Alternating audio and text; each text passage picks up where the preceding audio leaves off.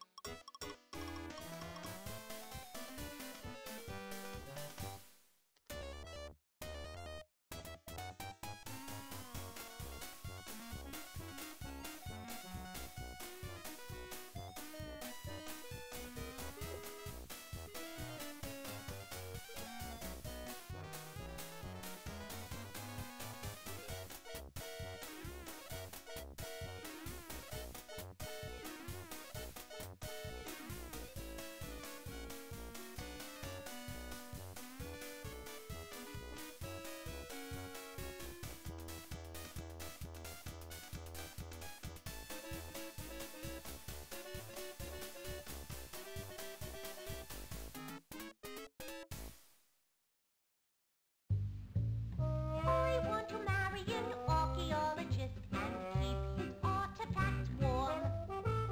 I travel with him through jungles and deserts and weather out every storm. If he wants me to, I'll burrow and dig on burials small and temples big. Oh, I want to marry an archaeologist. What a marvelous gig. Mommy would love him and Daddy too. We'd be famous and well-to-do. Oh, I want to marry an archaeologist. Then I could book it too. Wahoo! I could book it too. Oh, we'd play peekaboo.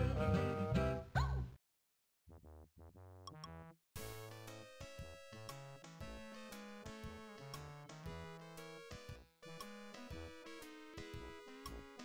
Alright. That's the timer done. Oh, I should take it down.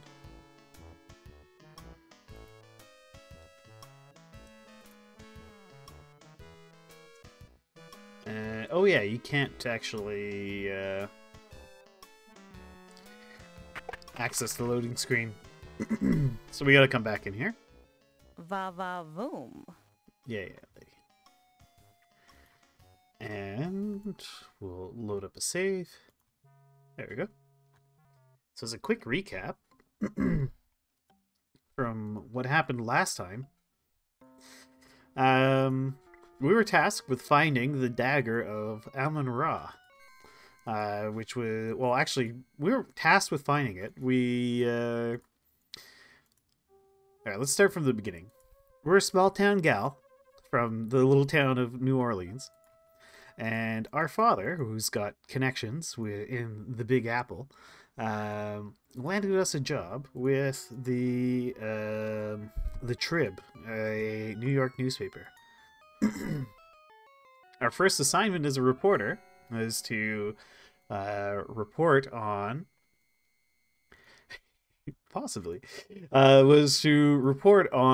the theft of the dagger from the museum.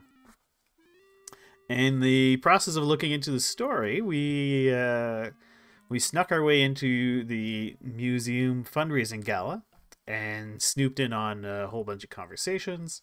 and discovered that what was likely the dagger was hiding in this very gift shop in amongst the reproductions. At some point, we snuck away into the museum itself, and we learned a lot of things about dinosaurs and various European armors. And we also discovered a dead body inside a sarcophagus. It wasn't a mummy, though. It was the lead, one of the archaeologist doctor dudes who works for the museum and who had taken the dagger of Amon Ra from Egypt and brought it to this museum.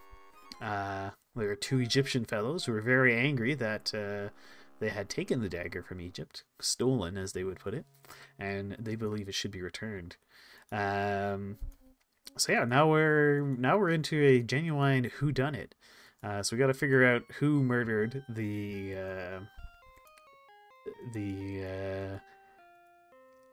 not very nice archaeologist guy who is very full of himself. Now, one thing I want to check is This door is locked. oh, the old gift shop is You can locked. almost feel the Yes. You can almost feel the emptiness of this room at night, filled just a short time earlier with the hubbub of voices during the fundraising party. Now only Ramses II remains, silent as always, looking out upon the world as he has done for the last 2,000 years. Spooky. Hey, Blobber. I'm glad you were able to tune in.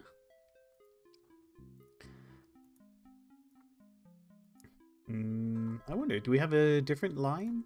The buffet tables are heaped with food. Okay.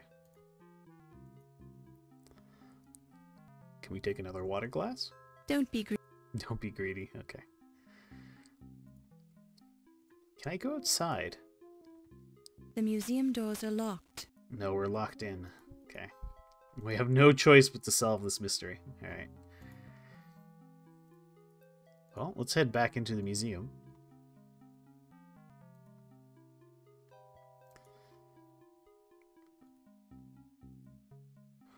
Oh, do I need to reset the... No, okay. It remembered the settings. Good.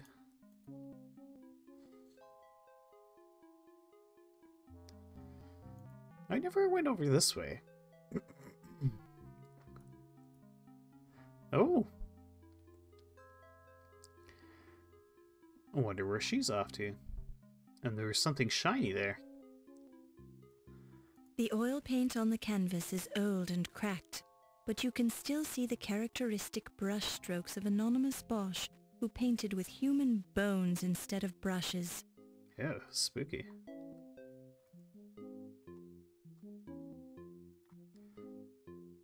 Why is there something shiny here? The glint doesn't glint when you hold your finger on it. A typical light-hearted painting by anonymous Bosch called A Heartwarming Story, depicting dead humans being tormented by skeletons and demons in hell. Gee. We can talk to him. What do you think of Ernie Leach? There's a fellow who gets the job done. You can't help but admire his industriousness, eh what? I don't remember who Ernie Leach is, though. What about Dr. Tut Smith? What a tiresome fellow. I take quite a narrow view of fanaticism. Oh, where are you going? Got more questions for you. What do you think of Low Fat? Or Ramses Najir? I'm really very busy, Miss Bow. I don't have time to cover the same subject twice. Oh, okay. Alright, he just wanders away.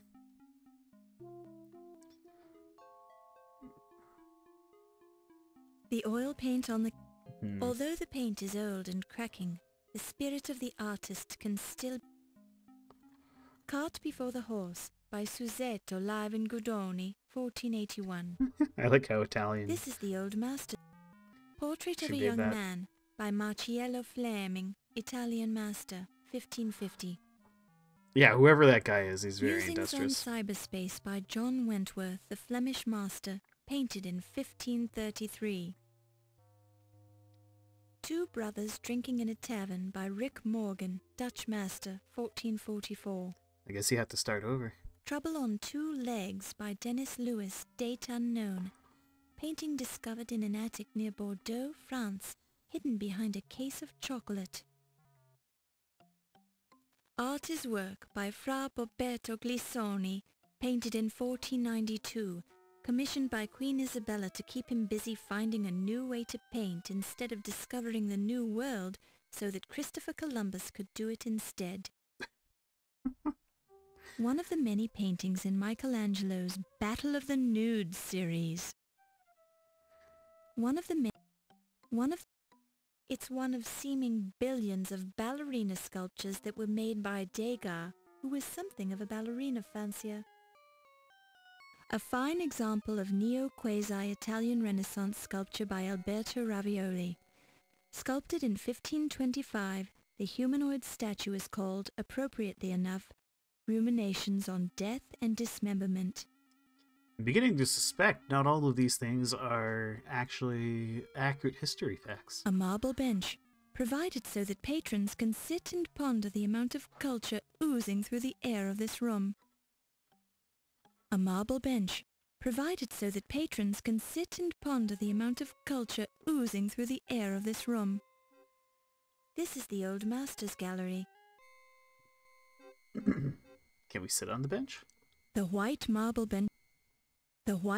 bench feels cold.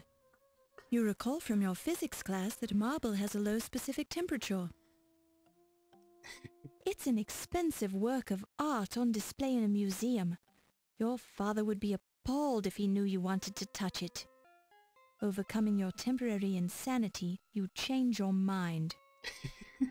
When you touch the painting, you smear a bit of the paint as if it's still damp.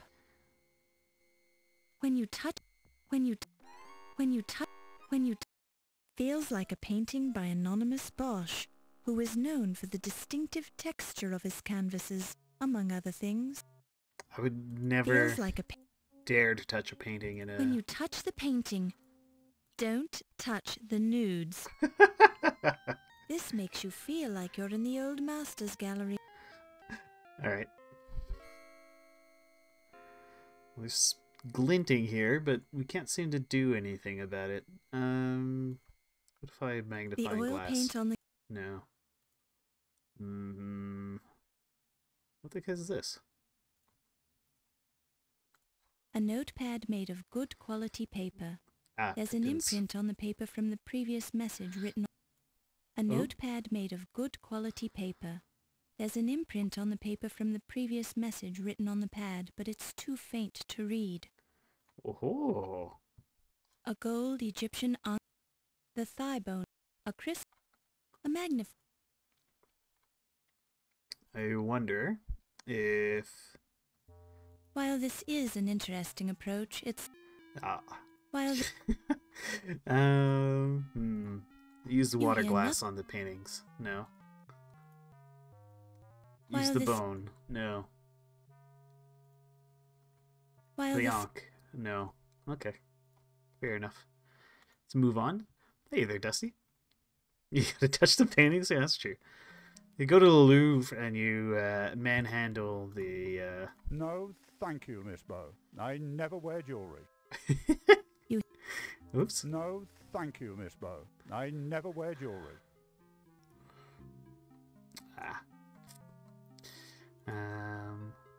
The summary is we are a eager young reporter at the New York Tribune, new to the city. We've come all the way from New Orleans. Due to the wonders of nepotism, our father has secured us a job. We were tasked to write a story about the theft of a dagger from the museum. And so here we are. We made our way into a fundraiser gala at the museum so we could eavesdrop on conversations and so on. In so doing, we found what may have been the dagger hiding amongst replicas in the gift shop. And when we later snuck into the museum itself and started checking out all the exhibits, we found a dead body. The archaeologist who found the dagger took it from Egypt, who the Egyptians say stole it from Egypt and are very angry at him. Was murdered and hid in one of the sarcophaguses. He was even murdered with one of the Amon daggers. So now it's a whodunit. We have to figure out who murdered the not so good doctor. Oh my, he looks dour. Let's see who he is. Tiberius, BC 42 to AD 37. Tiberius disliked most everyone and practiced the strictest economy with funds devoted to public amusement. Consequently, most everyone disliked him. Although he was perceived by the upper classes as a suspicious, ill-natured tyrant throughout his reign, he ruled the empire with a firm, capable hand, and Rome prospered. He was most probably smothered by his nephew Caligula, although no one is quite sure to this day. Nobody missed him. What a handsome fellow. Let's see what the plaque says. Caesar Augustus, BC 63 to AD 14. Octavian, great-nephew and adopted son of Julius Caesar, he assumed the name Augustus after his sound defeat of Mark Antony left him supreme master of the Roman world. He was the first of the true Roman emperors, not counting Julius, who didn't live long enough to enjoy the title, and established the Pax Romana throughout the empire. His wife murdered him with a poisoned fig. He was a pretty nice fellow for an emperor, and everybody missed him. You feel a blush creeping over your face as you look at the perfect body of Rodin's famous thinker. Oh dear, he looks somewhat dissipated. Let's read his plaque. Caligula, BC 37 to AD 41. Caligula started out a decent enough chap, but shortly after he became emperor, he was seized with a severe illness which unsettled his reason. Consequently, his name has become a byword for frantic cruelties and insane imaginings. The grotesque atrocities of his reign were ended when he was assassinated by the Praetorian Guard in a grimy tunnel beneath the Colosseum. Nobody missed him either. There's a thoughtful-looking gentleman. What does his plaque say? Claudius, BC 10 to AD 54. Enthroned by the Praetorian Guard after the assassination of his odious nephew Caligula, Claudius accomplished much for the empire. Although weak and timid by nature, he proved to be a noble statesman. He built the famous Roman aqueducts and conducted a successful campaign against Britain. His fourth wife murdered him with a poisoned mushroom. She didn't miss him, but the rest of the empire did. Okay. And you know it, Dusty. This door is locked. It's locked. Ooh, which way do we go? Well, let's head up this way. Oh.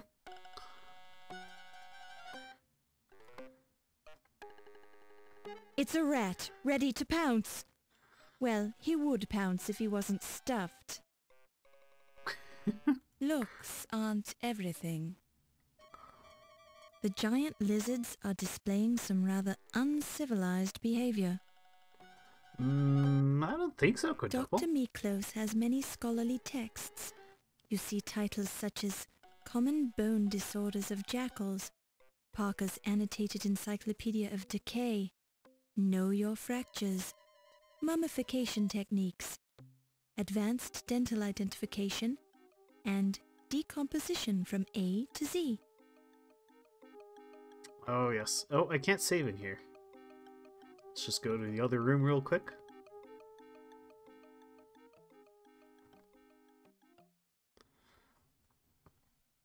Oops, no.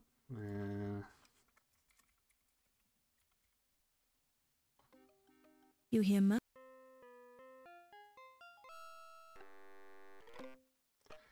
Snack can get me. Ah. What's this? Oh, it's the doctor.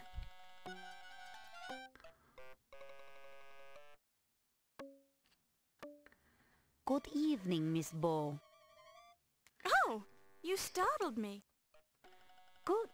It gets the blood flowing, doesn't it? Well, I suppose so. I see we're looking at my snake oil. Well, I was just looking around. I'm sure you meant no harm. What's the snake oil for, anyway? It repels snakes, of course. Comes in handy when I'm working in the basement. I lost a load of Egyptian cobras down there a few weeks ago, and I occasionally come across one of those little darlings. Those snakes always want to bite me, but I'm sure they don't mean anything by it. It's just their way. They get nervous very easily, you know. Normally, I love to watch them kill things. My Barney will kill anything he can sink his teeth into. Charming. Well, I'd like to chat some more, but I've got to rush off and meet that young Steve fellow. He promised to show me his scars. See you later.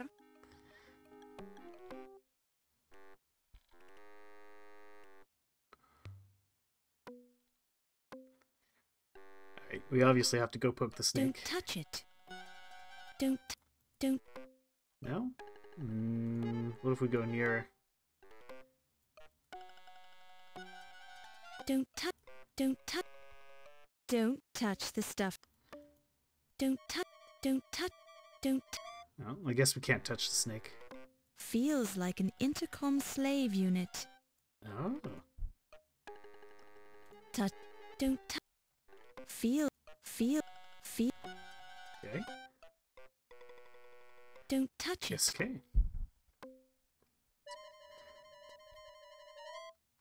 That's not something you want to look at.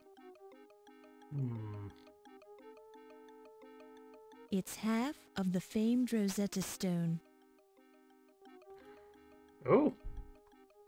Could this be a puzzle? It's Dr. Miklos's PhD in physical anthropology from the University of Thessalonica, Greece. It's Dr. Miklos's double master's degree in paleontology and physical anthropology from the University of Thessalonica, Greece. It says Dr. Olympia Miklos, Lifetime Achievement Award from the Society to Protect Misunderstood Inquilines. Thank you, dearest Doctor, for helping people to truly appreciate inquilines. You are a true friend of the rat, mouse, pigeon, and cockroach. It says, thank you, dear. It's Dr. Miklos's PhD in paleontology from the... There's an array of rare cockroaches in the display case.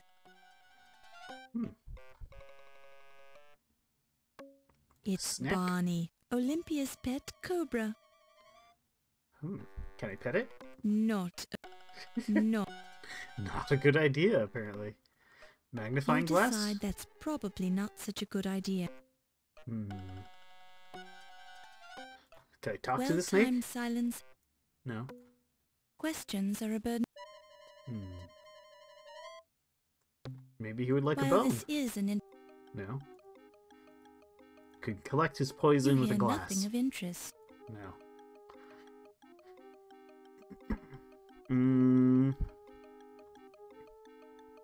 We can use his venom to find out what the While this professor is an wrote. interesting approach, No. Okay. Alright, well, I guess we're not, it's a rat, ready to pounce. Dr. Miklos has many scholarly texts. can we take Don't their... touch it. No? Don't touch. Okay. Don't touch. Don't know where it's been. Don't touch. Touching random things. Oh!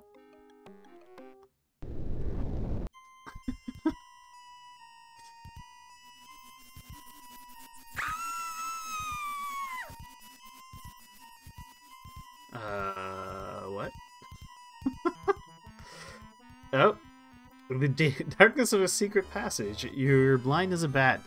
You have brave but brief battle, during which you endure the battering of the berserk and bellicose black bats without batting an eye.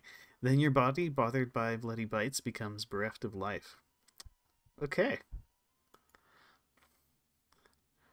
Well, that was a deadly room. You hear muff? Quick, grab the poison. Take it. No.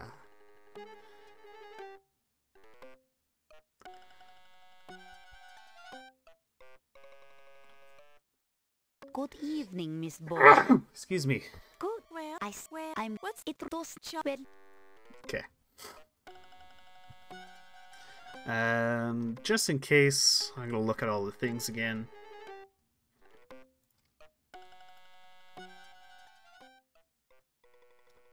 A number of hieroglyphics are carefully drawn on the blackboard. That's right, quintuple. A number. Oh?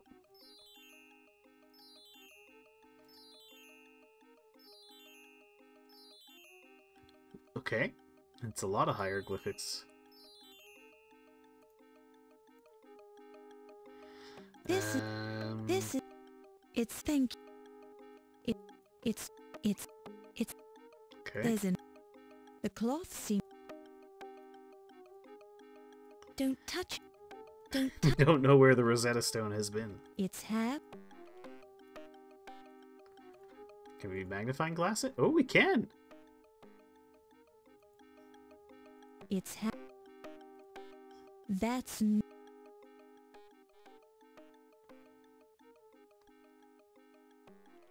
Oh, it's got translations of the Egyptian stuff. Oh no, I have to write this down, don't I? Gosh darn it. There we go.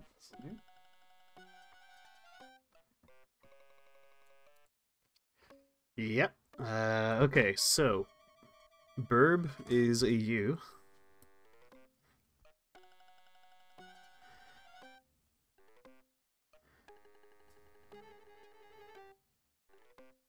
Squiggly line is an N.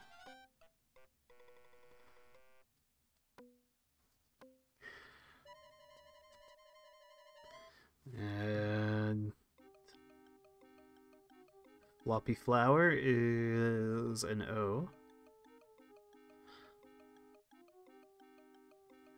Squiggly line is a V.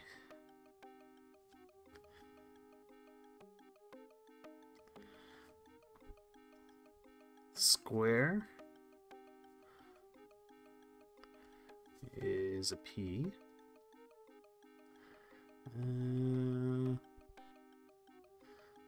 This little swirly boy is a W.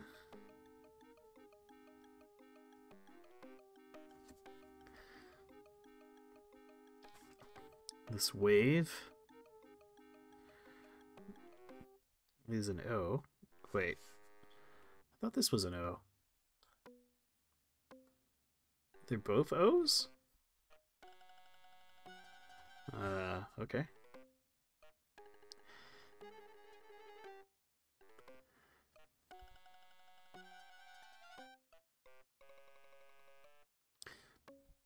That thing is an X. You can also get run over by cars if you cross the street.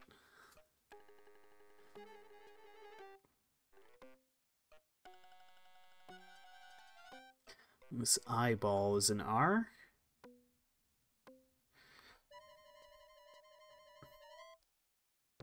Oh, maybe that's a Q?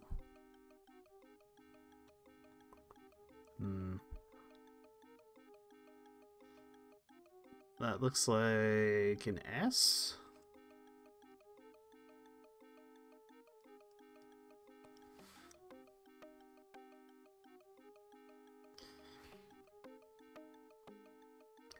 Double slash is a Y? You want to say?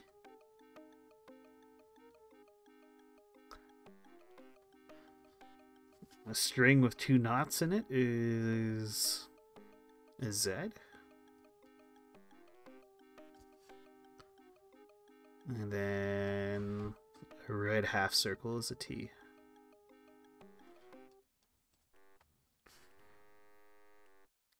Okay, this could be a Q. Maybe.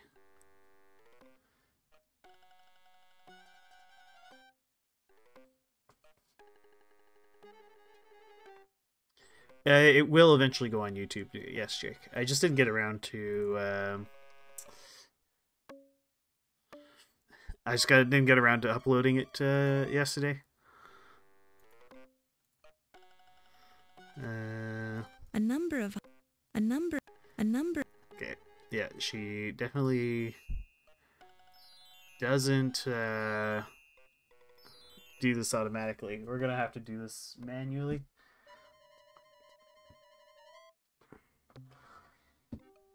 Alright. Manually translating these hieroglyphs. Oh no, what kind of burb was it? I didn't write down.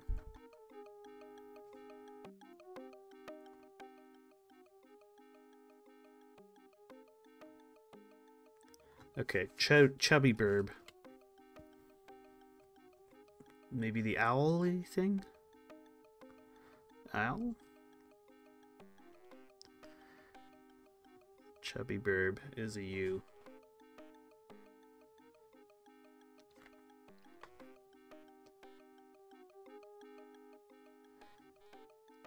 Yeah, so this guy.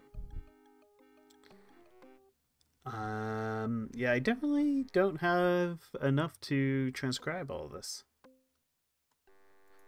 Maybe if I find the other Rosetta Stone, the other half of the Rosetta Stone, Laura will just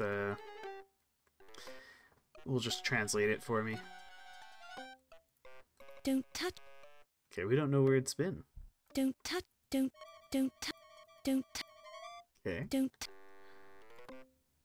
A magnificent view of the night sky over New York City. Nice view. Luxurious velvet drapes adorn the windows. They look like they would effectively block out any light. It's a rat. The skull of the long-extinct horned rhesus, known in academic circles to be the source of much controversy regarding it as evidence for the extraterrestrial origin of primate evolution. Interesting. Now, I have already figured out that if I touch this, it will open a secret door here. However, the secret door is also death, so we don't want to use the secret door. You hear muffled voices coming through the door to Yvette's office.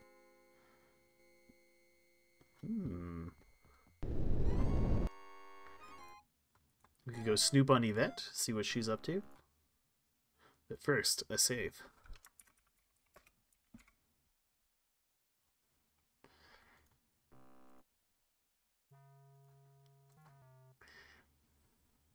Thank you for coming to see me, Olympia. This is very nice of you. You're very welcome, my dear. What can I do for you? Oh, you see, I found this strange bone, and I said to myself, Yvette, if anyone can tell you what this is, it would be Olympia. A bone, you say? How fascinating. Where did you find it? I found it right here in the museum. Here it is, Doctor. Now, let me see. Ha ha! Yvette, you silly girl. This is a chicken bone. It is? Yes, of course. For it is still greasy. You got this at dinner, didn't you? Oh, you have caught me, Olympia. I was playing the little joke on you. You are a funny girl, Yvette, but I am quite fond of you. Olympia, we are the good friends, no? I have the problem I wish to talk to you about. Oh, certainly. What is it? Come closer so I can whisper it to you. It is very personal, and I want no one to overhear. Oh my, Oh, my. Oh, my. You don't. Maybe we can knock. This door. This is the door to. Should we use a magnifying glass on the door? The door sports an elegant lacquered finish, but nothing in the way of telltale clues. Probably. Yeah, I used the glass to listen to them. Oh, some You don't. time has progressed somehow. This door. The door is locked. All right. Well, let's carry on.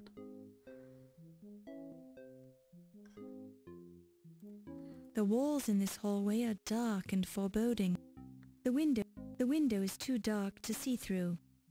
You wonder what's on the other side, but you're almost glad you can't see it.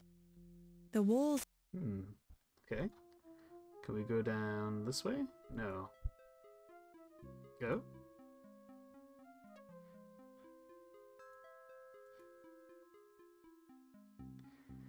Huh.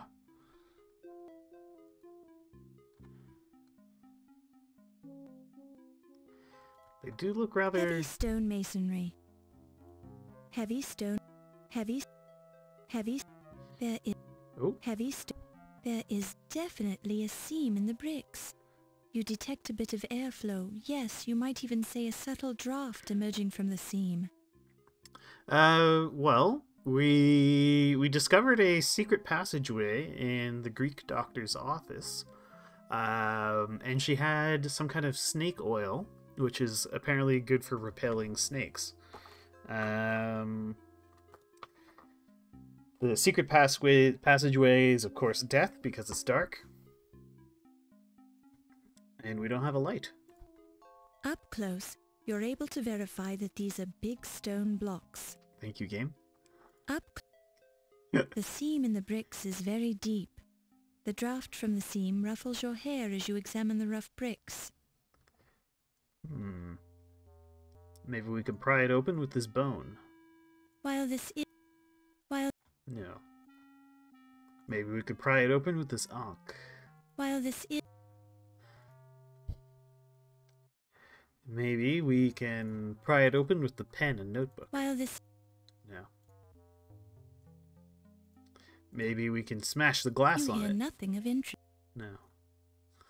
Alright. Well. There's apparently a passageway here.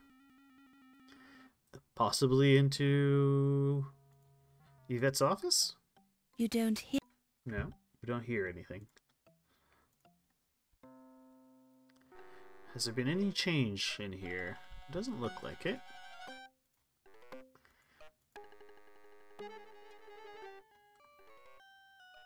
Okay, gonna head back this way. This guy's just wandering around. I think I've talked to him about everything.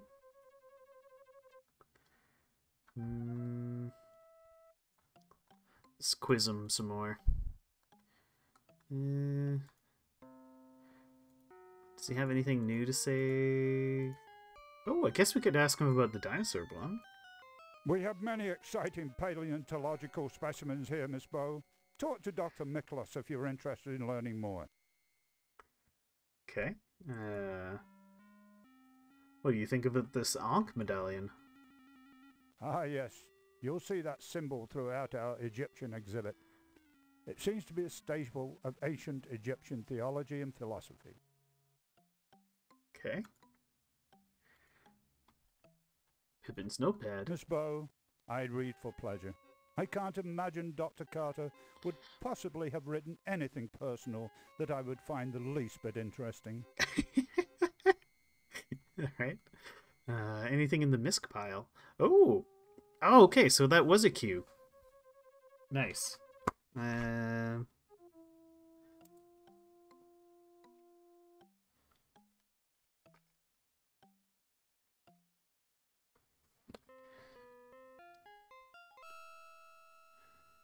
Aha, okay.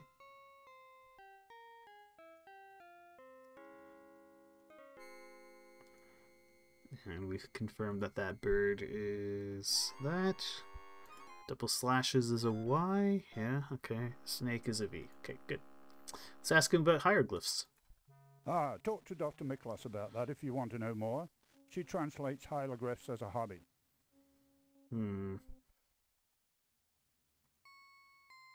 I suspect Dr. Miklos is going to be dead when we next find her.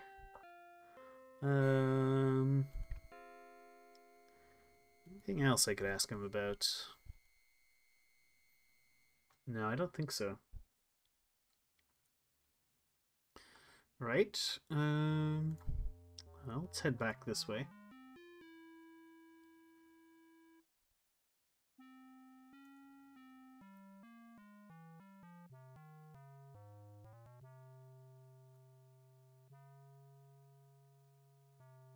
Oh my god.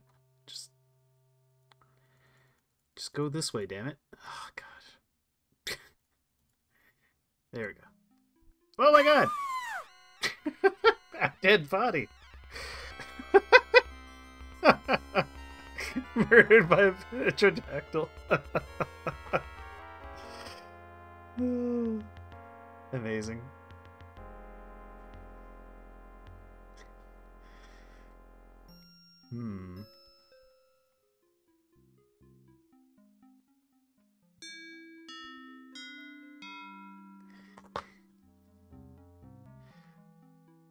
This guy just wanders away.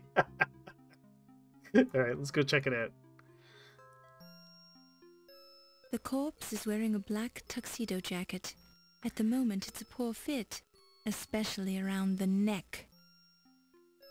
The corpse... Can we magnifying glass it?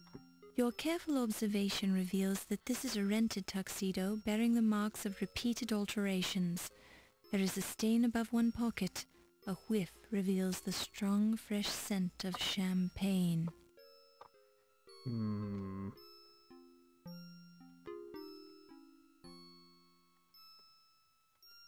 A large pool of blood has formed around the corpse. It has barely begun to congeal, indicating that the incident must have taken place within the past few minutes. Looks are... How ironic.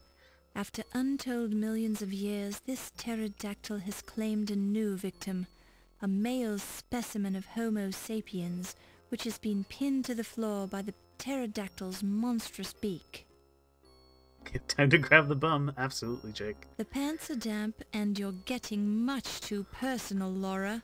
The pants...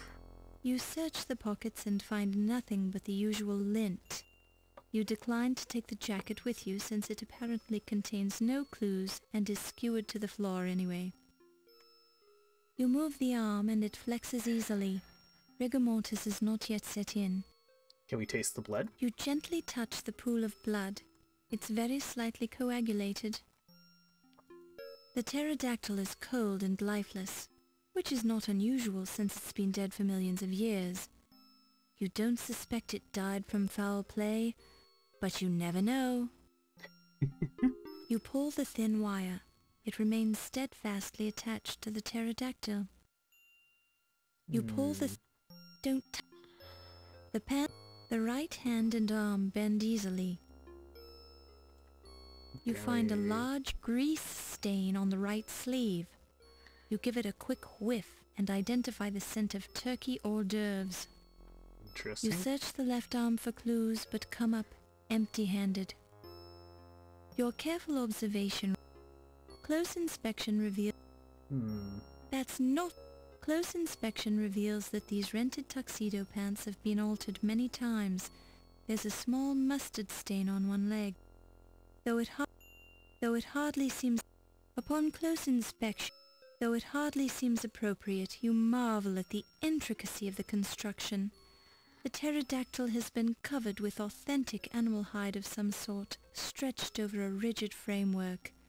There's nothing suspicious about it, however. Other than it murdered a dude. And we don't get to see his legs. How do we not know who it is? Oh, the head's been cut off.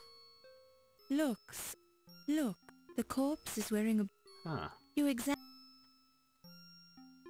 Okay. Interesting. And we can't see the legs, so we're led to think. Up close, this is an impressively real... We're being led to believe that this is probably Steve, because they say it's a rented tux, but we don't actually know that. Hey, lady, what do you think about the dead body? Or hieroglyphs? What do you think about hieroglyphs? Oh, could that be some of that cute little Egyptian writing? How charming. What do you think about Egyptology? Oh, rather easily, dear girl.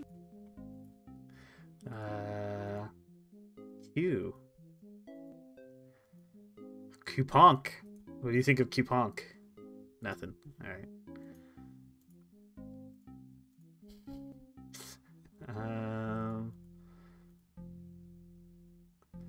Pippin's notepad? What do you think of Pippin's notepad? Oh, I'm sure there's nothing on that to concern us, Miss Bow.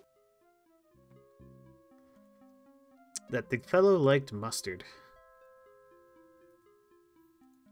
Why isn't that one of those darling little Egyptian thingies? What do you think about this dinosaur bone? Oh dear, I find bones quite distressing, Miss Bow. Okay. Yeah, what do you think about Ernie Leach, this man we've never met? Well, I do wish they wouldn't let the handyman in during social functions. He's not even dressed properly. Oh, right, we met the handyman at the start of the episode. Yes, yes. What about, Dr. Tut Smith? My, what an intense gentleman he is. Why, he's practically obsessed with the dagger. Okay. Right. She didn't seem to notice the dead body. Okay. Let's hear what the Tyrannosaurus Rex has to say.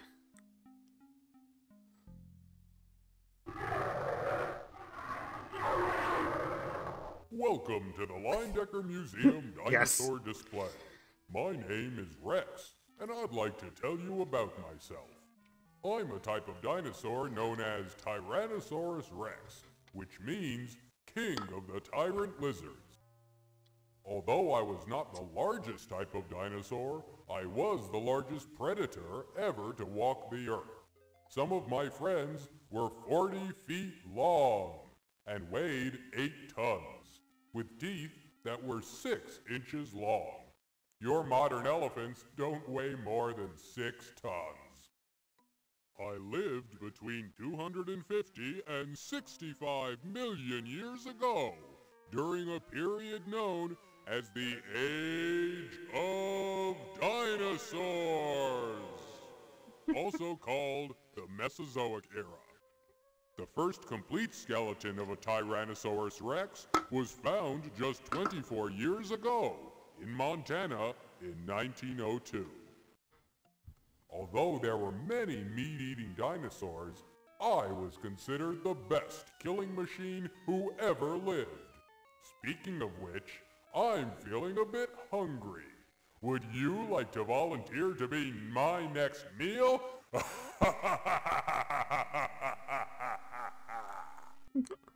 Amazing. All right.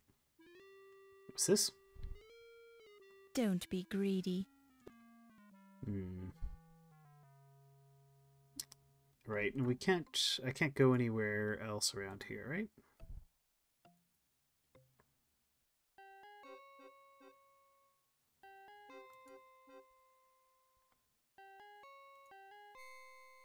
No, okay. It's a dead end. And what's over here?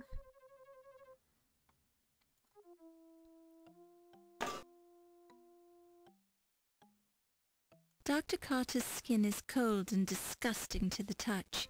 He definitely gives the appearance of being dead. Uh-huh. Dr.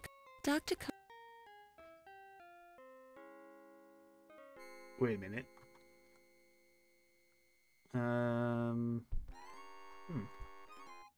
Dr. Car- Dr. C- It's Dr. Pippin Carter, famous dead archaeologist. But he was in the sarcophagus earlier. It's Doc. It's Doc. Did they move his corpse for some reason? Your close scrutiny reveals that there is indeed a body within the cramped confines of the suit of armor. Upon close Interesting. the steel, the steel, the steel, the steel, the steel, the steel, the steel, the steel. The chest feels like wood. Okay. It's over this way. Oh! Kind of looks like a hockey rink on the floor. Looks. The plaque says that this is the missing link. Well, he's hardly missing if he's right here on the wall. Oh my gosh. This is the life mask exhibit. You haven't seen this many dead-looking, expressionless faces since your accounting class at the university. Haha, accountants are dead This inside. person lived off the Ivory Coast. How exciting! This is the life mask. The head looks like that of a North American Plains Indian. You've read many exciting stories about the American Indian. This is the This appears to be the head of an Eskimo. You wonder if they really do use every part of a seal. This head is French-Canadian. You wonder if French-Canadians are anything like Creoles and Cajuns. Curious. This head is from England. You ponder whether or not he always looked so grim. This head is from China. You'd love to visit China someday. Oh? Aha! I knew it would be another dead body. Aw. I really liked him, though. Oh no! That doesn't look like a life mask. Oh, that means, it was Ziggy.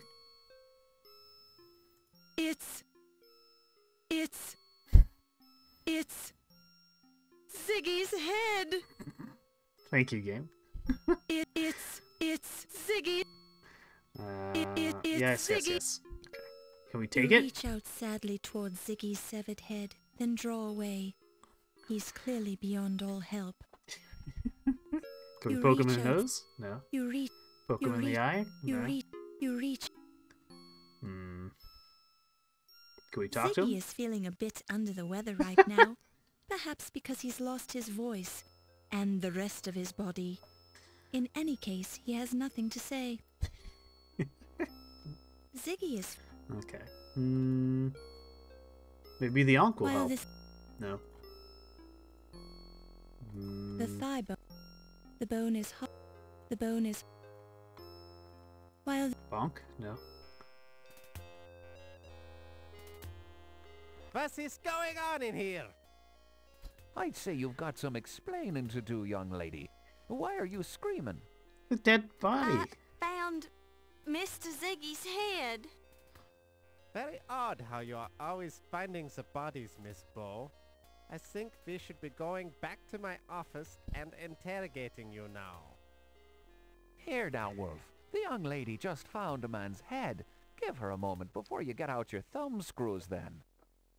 Thank you, Mr. O'Reilly. Don't thank me, lass. I'm not saying you didn't kill the man. I'm just trying to restrain Mr. Heimlich's enthusiasm for his job. But I will get results. Let me talk to her privately. Now I realize you're just trying to help, Wolf, but I think we can learn what we need from the lass without harming her. She could lie and you'd never know it. You Americans are too soft on your criminals. I just walked in and found his head, that's all. Well, Mr. Heimlich does have his point, lass. It's a wee bit curious that you keep showing up at the murder scenes before anyone else. How do you explain that, then? Just lucky, I guess. Well, you do seem a wee bit small to be sawing off a man's head, I'll say that much. Thanks. This Fräulein could have had help. Or maybe she's very clever. Well, maybe you're trying to pin the murders on her, so you can find the murderer and save your job, eh? My job is quite secure, Herr O'Reilly. Oh, really now? A security chief who allows burglars to steal the exhibits, then overlooks several murders happening under his nose. I'd think twice about your security methods if I was running things here. This is hardly the place to discuss my methods, Herr O'Reilly. We have a suspect to interrogate. Correction. We have a murder scene to investigate. We can talk to the lass later when she's had a chance to calm down. Thank you again, sir. You're a sturdy one, I'll say that much for you. One scream and you've got your head together again, so to speak. Just don't try to leave the museum. I can't leave. I'm locked in. Good. We won't have to worry about you then. All right, Wolf. We've got work to do. Let's go get the crime scene tools. Please. I like how goose steps everywhere.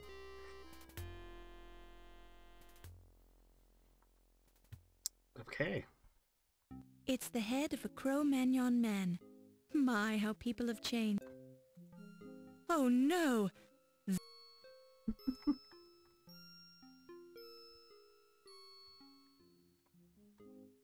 This is the light. The head is from Mongolia.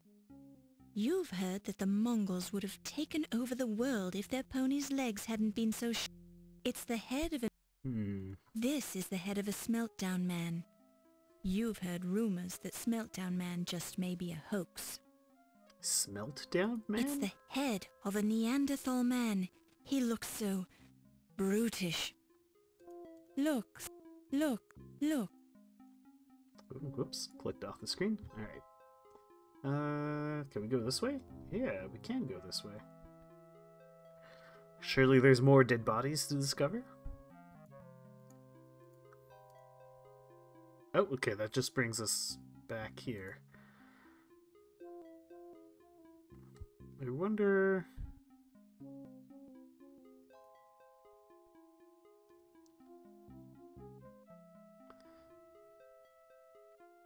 Was this open before? Yeah, okay. You examine the pants currently being worn by... Right, okay.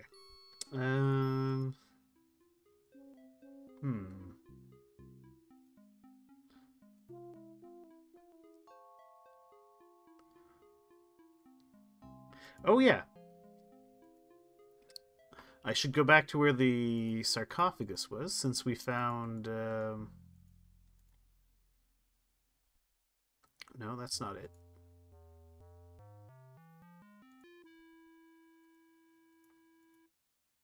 Just go through the door. Okay.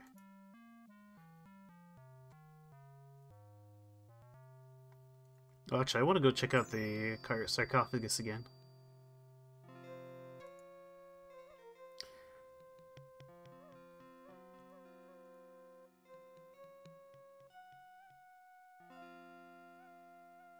A peek into the mummy case reveals that Pippin's body has been removed.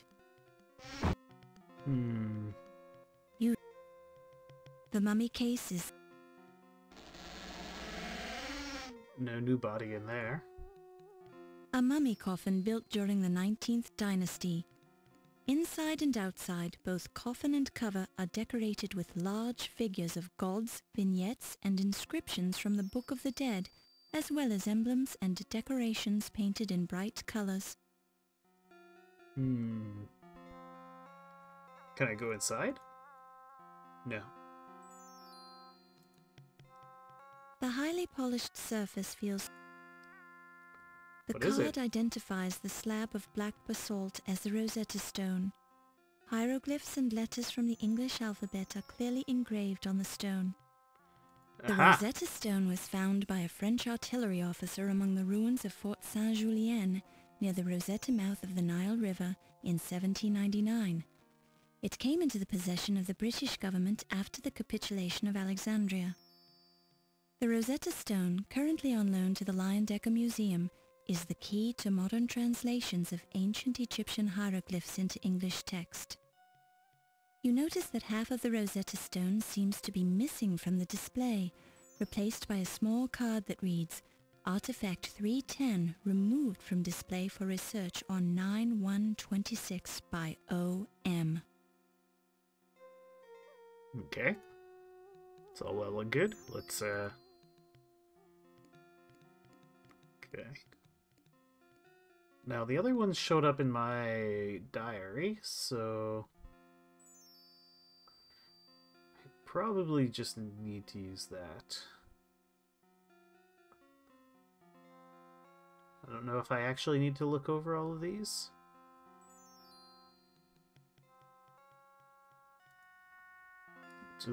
Have they showed up in my notebook?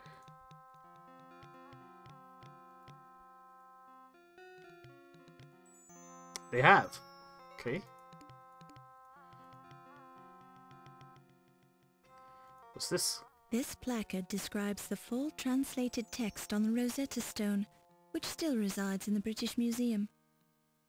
In summary, the text records the decree made at Canopus by the priesthood in honor of the pharaoh Ptolemy III, Euergetes I, who reigned from 247 to 222 BC.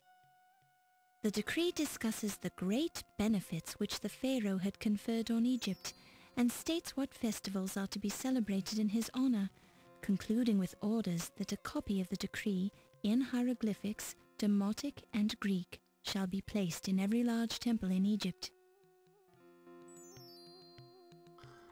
Okay. Now you lightly touch the a peek into the...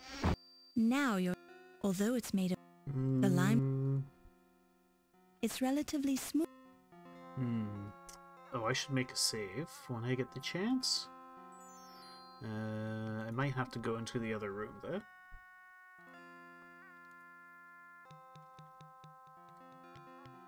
Yep.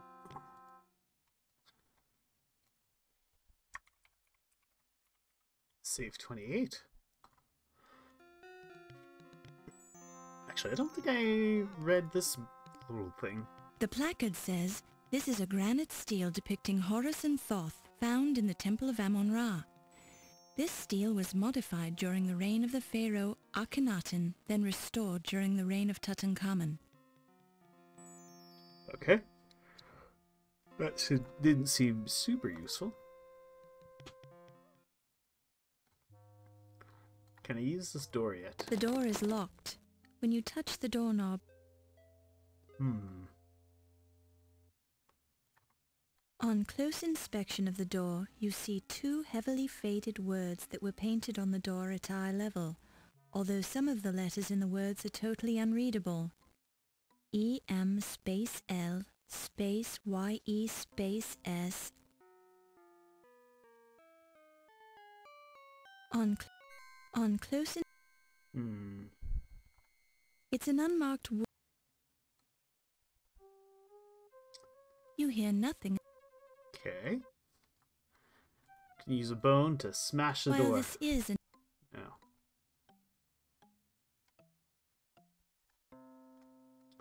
Alright.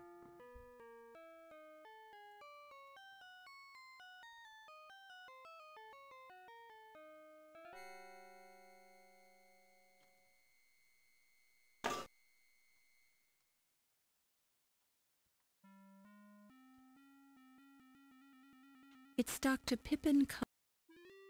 Ah, yes, of course. So... Nope, that's the wrong place.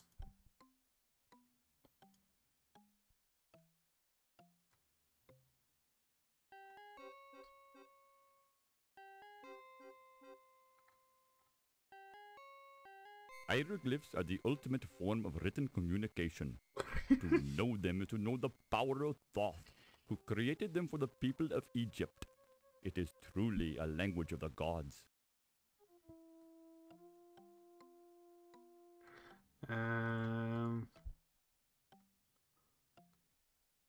Let's ask about the ankle What dowling. happened to the pretty gold ankh you were wearing at the party? I have no idea. I seem to have lost it.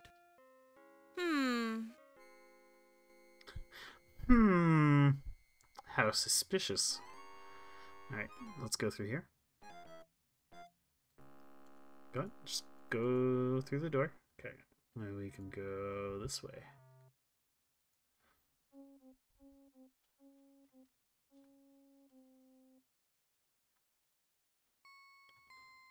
It still has that glint there.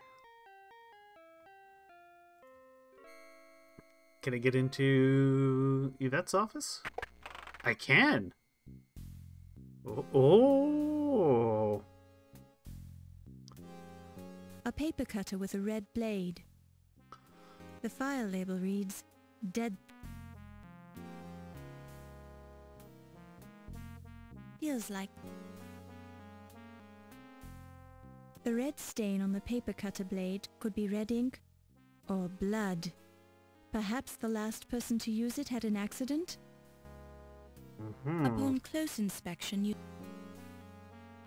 It's a diploma with Yvette Delacroix's name on it. An advanced degree in French from Ball State University, to be exact. Watercolor painting, Predators Stalking Prey, by Yvette Delacroix, 1925. Watercolor painting. Watercolor painting, Purple Pollywogs Playing in Puddles, by Yvette Delacroix. There's a homey old Norwegian phrase stitched into this needlepoint. An axe in the hand is worth two in the bush. Words. A matched pair of crossed battle axes left over from this room's previous occupant. The file label reads, Medieval Armor Collection. The file label reads, Life Mask Collection. The file label... Oh, do you have to actually manually translate it? The file label reads, Personal files. The wood file drawer is locked.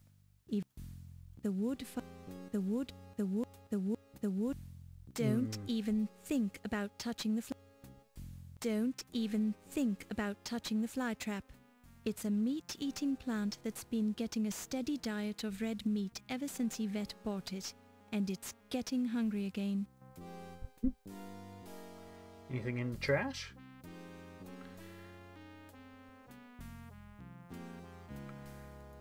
You pick it up and... What is it? It's used carbon paper. Oh. Feels like... There are words typed on the carbon paper, but you can't read them this way. While this...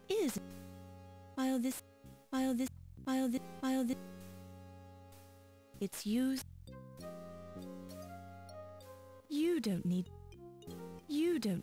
Since it's just a slave intercom unit, it has no buttons and can only receive...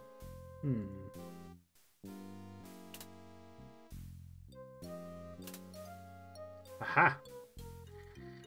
You can use the carbon paper on the lamp.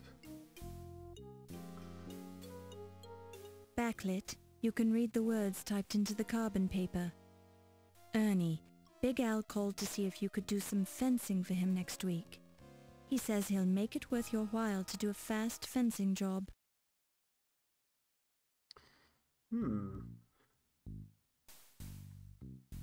Interesting. Everything on the desk is neatly organized. The edges of the desk are shiny, as if someone leans on them a lot. Oh man. The surface of the desk is very clean, as if it's dusted or wiped regularly. The surface... It feels like... Hey there, Merrick. They're too high on... Nice! Fearing that you might damage the delicate watercolors in the painting, you think better of touching it. You think about touching the painting, then consider this... Don't touch it! Don't touch it! Alright. You hear nothing.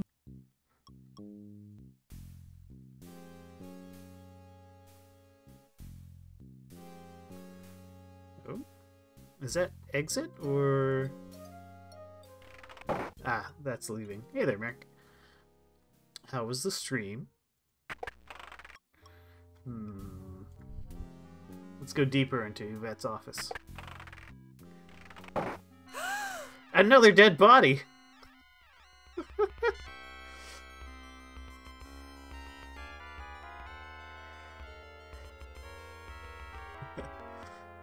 It scratches similar itch, yes, Merrick.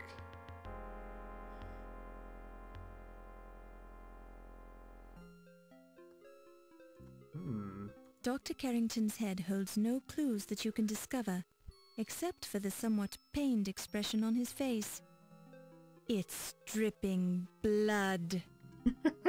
Porcupine quills, which appear to have caused Dr. Carrington's demise as they passed through his body, creating multiple perforations in many of his vital organs. The clock appears to have been broken at exactly 12:04 a.m.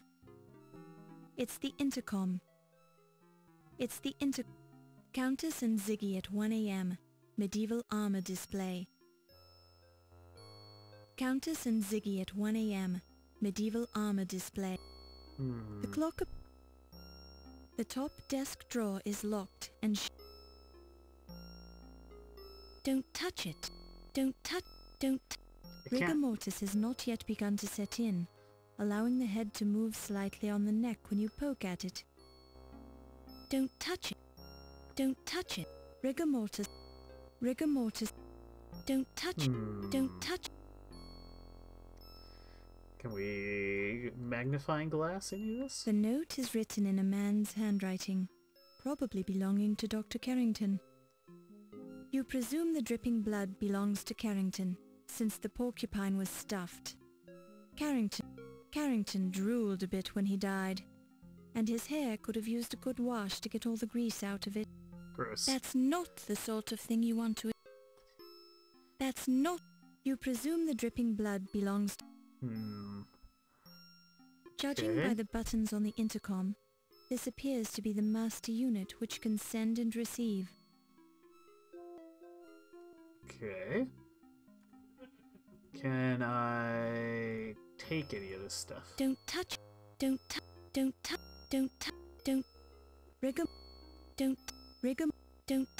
Ouch! Those quills are sharp! Ow! Ow! Ow! Ow! Ow! Ow! Okay. Don't.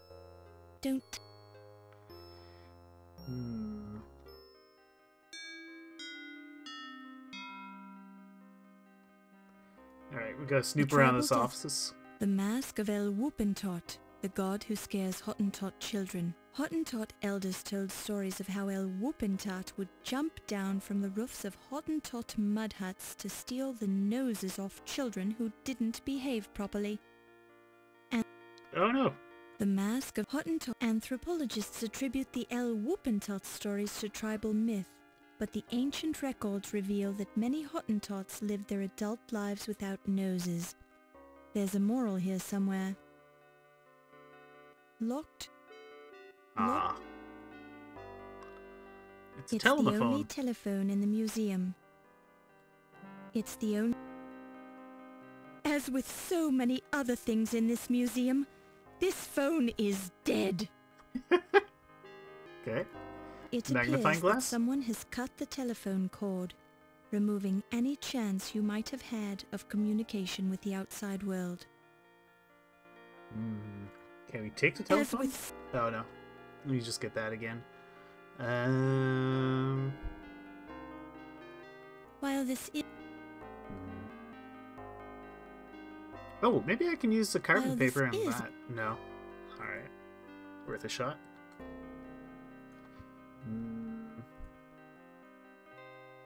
It's a portrait of the former Leyendecker Museum president, Sterling Waldorf Carlton. Charcoal. Aha! Yoink. You pick it up and place it in your purse. It's a good thing we got a large purse. So we can use that to make an engraving. and then read. Rubbing the charcoal over the notepad has made the imprint readable. Yvette, 8 o'clock, Egyptian rum. Tut, 10:15 Egyptian rum. Carrington, 11 o'clock, his office. I'm guessing those are the meeting times. So that places Yvette in the Egyptian room. I still don't know who Tut is, or can't remember who Tut is. A desk lamp. A painting of the New York skyline by Sterling Waldorf Carlton, dated 1920. The night sky is seen. It's... Okay. Don't touch... Numerous hefty tomes on the topic of medieval armor. The collected catalogues of the... Looks. Can I steal any books? Don't touch,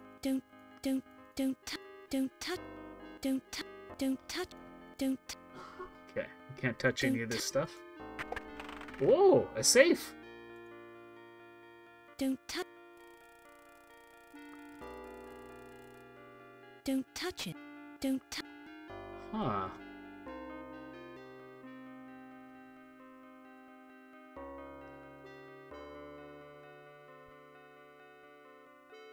It's used. Rubbing the charcoal over the note. It's you.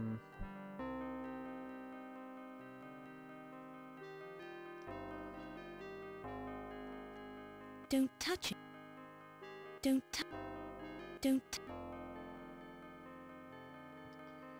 I don't know anything about the... It's your official. Yeah, I want to It's read your... it.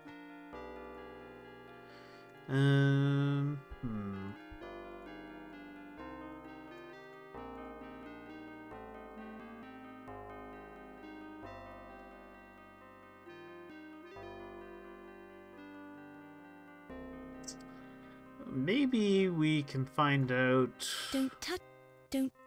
the password by using Don't touch. oh, is that something on the... You'll have to take a close... I'll have to take a closer look. A desk lamp. A magnet.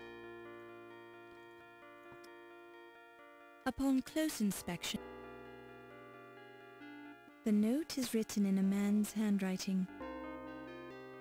Don't touch it. Don't touch. Okay, well, can we read it? Countess and Ziggy at 1 a.m. Medieval armor display.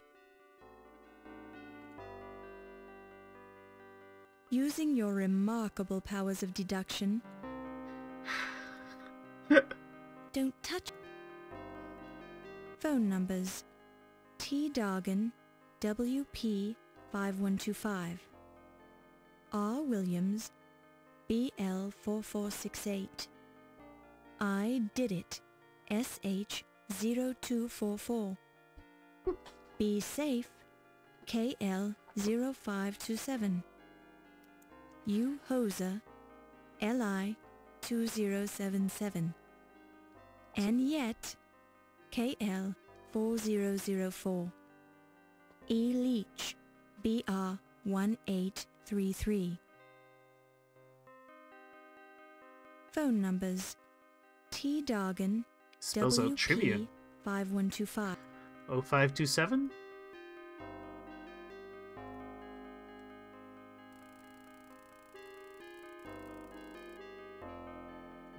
Well, how do I use this?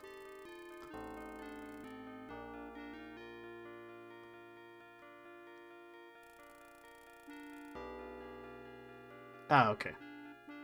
Alright, let's exit out now that I figured out how to use it. Oh, no! Not the goose stepper. Achtung! This president's office is verboten! Leave now or die! Jeez.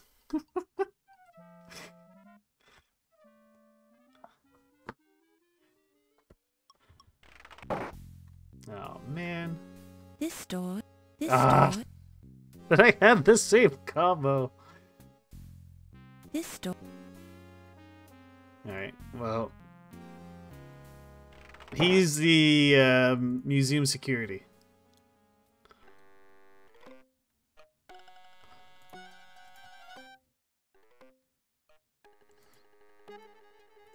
A number of... Alright, so I have to manually translate this. Let's get to it. Oh, but I have to... man. Yeah, let's just take the translation. I could do it. I have all the letters. But if you got it already translated. Alright. Homage to thee, ye lords of eternity. Ra, strong is thy sail in the wind, as the lake of fire in the underworld. Behold, Shu the mother, creating the gods in silence from womb. Quicker than greyhounds, and fleeter than light. Let me not be burnt, let me not be consumed. Let me not perish, as my mummy lies prostrate in my tomb. Okay, I'm just going to copy and paste this.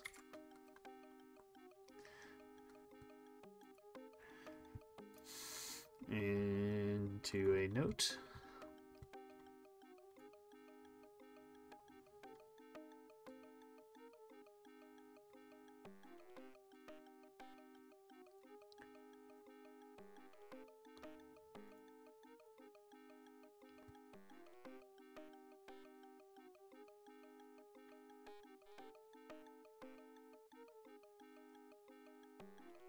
No? Why isn't my OneNote working? Ah, because I'm not on my work computer, so OneNote doesn't work.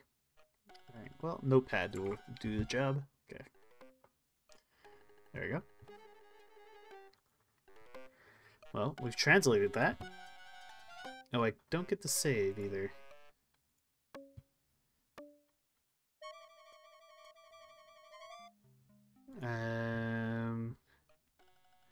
Should probably go save.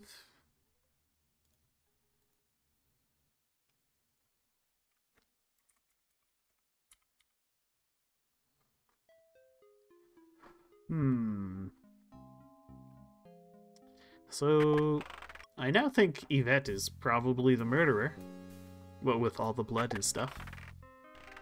Oh, he's gone. Great. Okay. You hear muffled voices coming through the door to Yvette's office. Uh-oh. Safe or snooping? Safe. Okay. 0. 5. 2.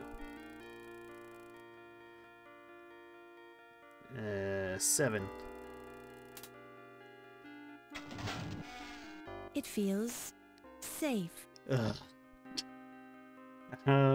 What's in it? It's the personal diary of former museum president Sterling Waldorf Carlton. Not wanting to remove evidence from the crime scene, particularly when you must have broken some sort of law by opening the president's personal wall safe, you decide not to remove the diary. What? It's the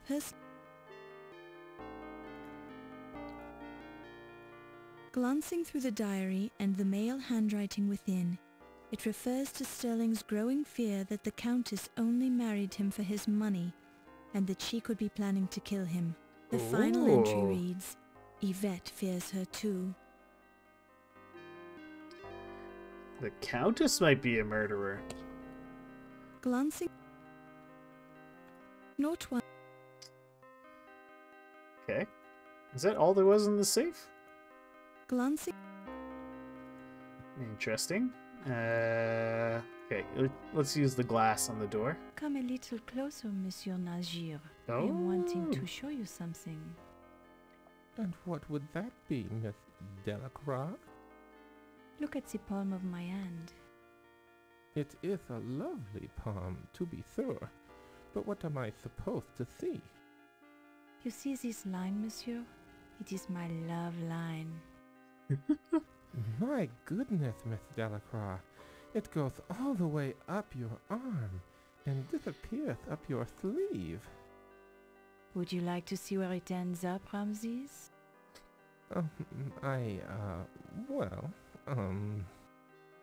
Have you ever been to Paris, Ramses?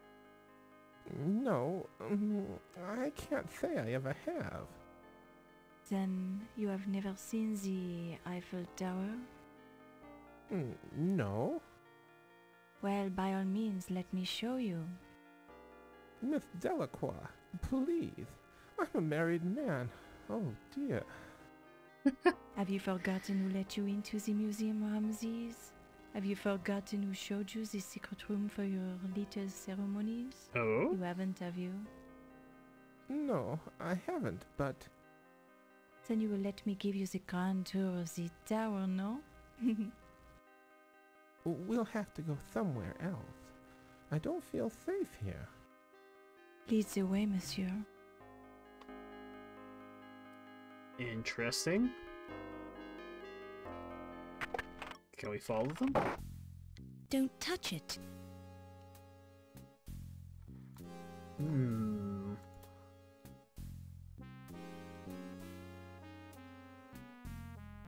Backlit, you can read the words typed into the carbon paper.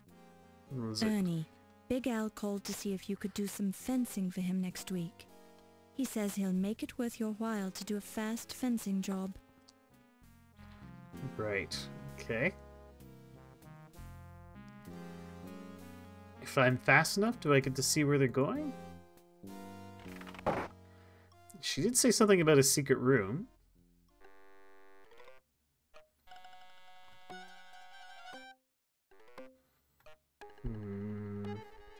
Okay, they're obviously not here. Okay, what about this way?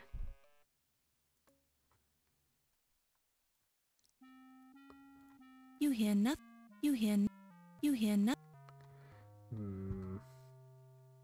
Missing something in the bust room.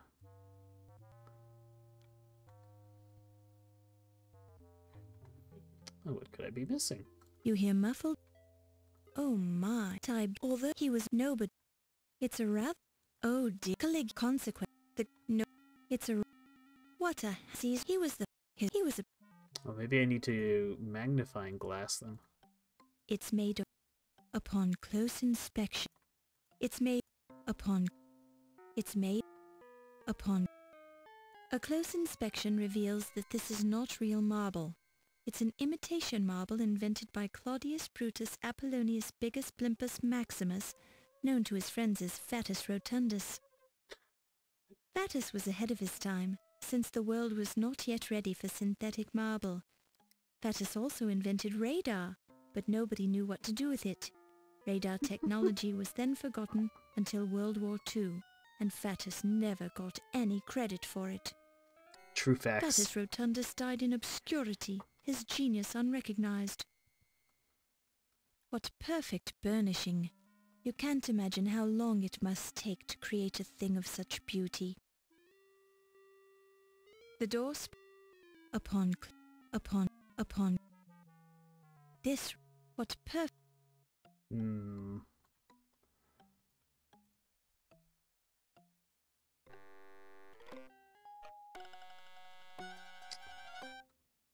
Okay, I've got an idea. We're just gonna come back here. We're gonna save. Save 30. You hear muffled voices coming through the door to Yvette's office. Okay. Well, let's snoop. Well, lass, we've known each other a long time, and I'm not ready to get married yet. But I know one thing for sure. I love you. Oh, my great detective. This feeling, it is mutual. Yvette gets Just around. Be keeping in mind that I'd have to kill you if I ever found out you were sleeping with someone else. What?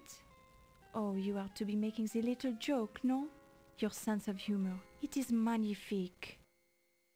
I've already had one bad marriage, and it won't happen again.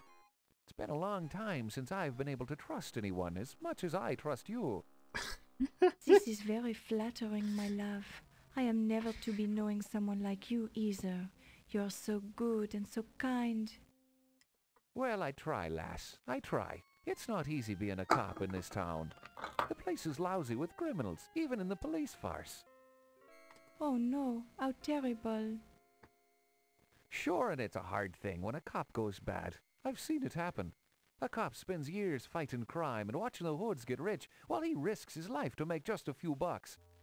The first time a cop takes a bribe, it bothers him. Oh, but then it gets easier.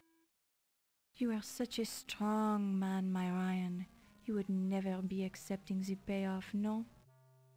Sure, and I'm shocked that you'd even say such a thing, Yvette. I'm sorry, my love. I should have known better. You'll have to show me how sorry you are. Kiss me. Gladly, my love. How can I resist? You don't hear. Okay. Can we go inside? Oh! Oh my!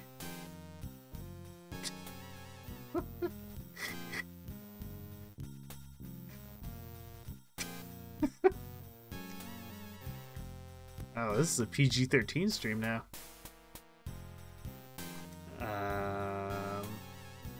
Oh, excuse me. Yeah, you stood and There watched now, for a be while. off with you then.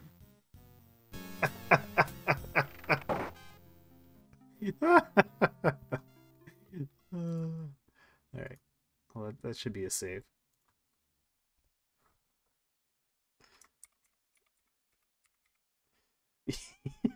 Exactly. Or something else. This door is... Oh, it's locked now. Right. Well, I'm guessing we're gonna find another dead body somewhere.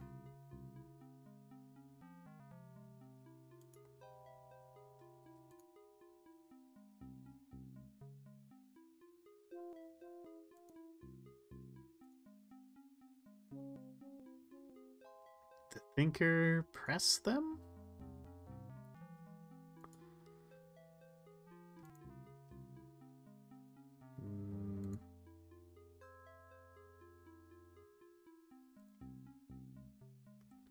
Okay, no dead bodies here.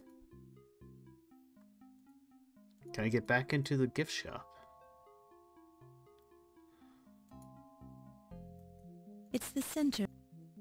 You can almost...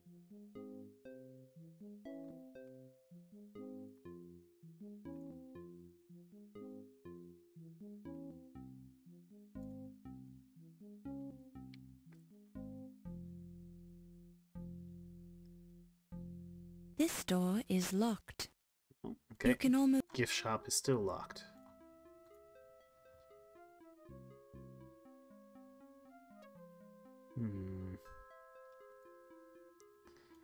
I mean, they said not to go outside. Doesn't mean we have to listen to them.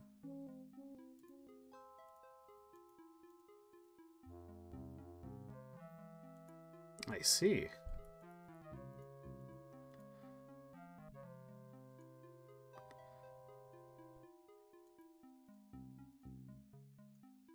Okay, it just turns us around. Alright. I'm surprised there's no dialogue, like you can't, saying you can't go in there.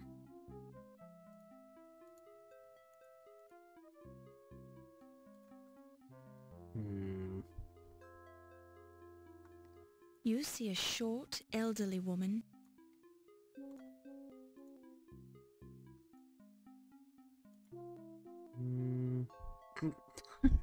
Ask her about charcoal. Dirty, nasty stuff. I try to avoid it at all costs. What do you think about this carbon paper?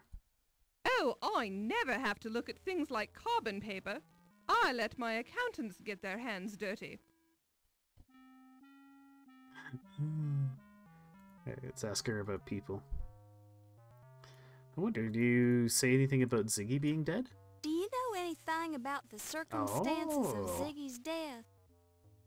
Ziggy's... no, I'm afraid I don't know a thing about that dreadful little man.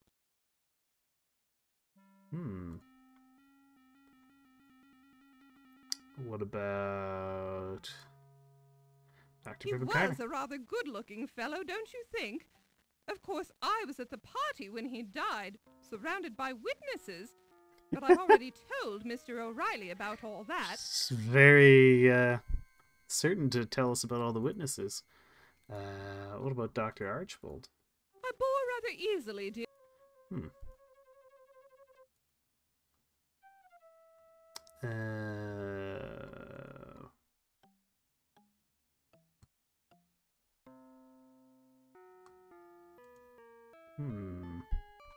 All right. I bore rather. Yes. Okay. Let's get out of here then.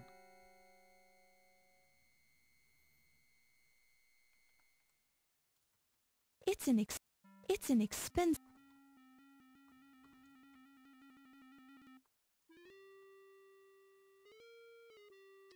So there's that like winking light, but I don't know what to do. Feels like. Tentatively, you touch the cool bronze. Oh. Aha. Don't touch.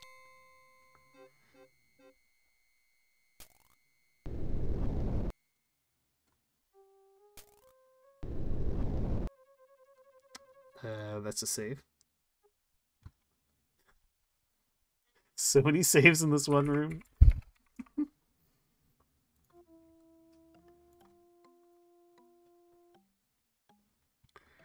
Oh. Oh dear, the light bulb blew out. You hope someone will invent a reliable light bulb one of these days.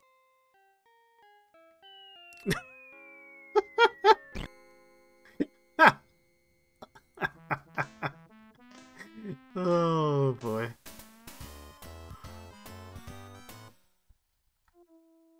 Don't touch.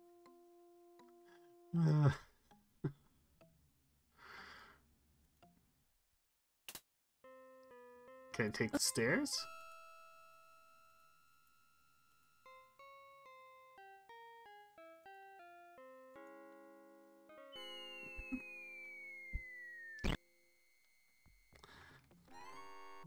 Alright. It's obviously too dark to use the stairwell.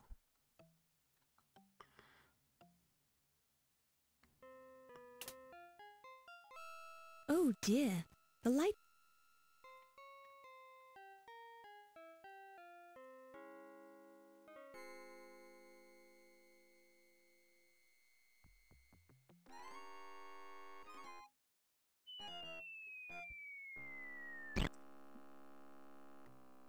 Right.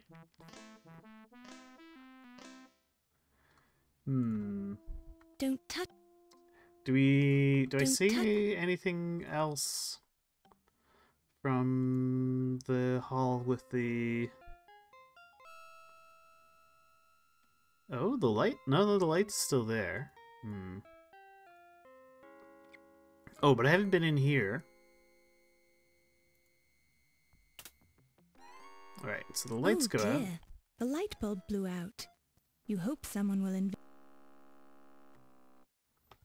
I don't know. Can I? Ouch! Ouch! Don't touch it. Yeah, Ow! It's hot, so we can't take it.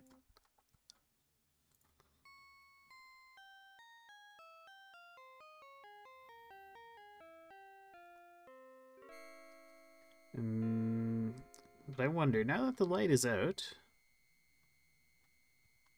do we still see the blinky thing? Oh, we still see it. Light. Hmm. The glint doesn't glint. The glint feels like a painting, but this makes... I can't move the painting out of the way.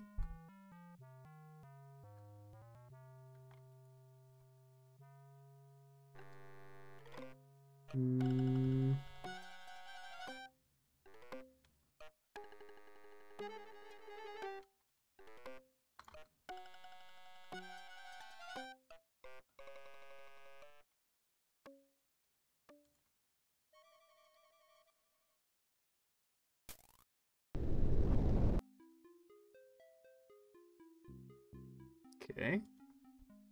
That's back to the way it was.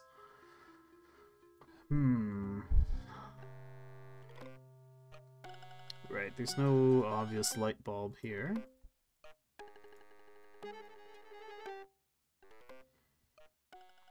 Is the secret passageway different for any reason?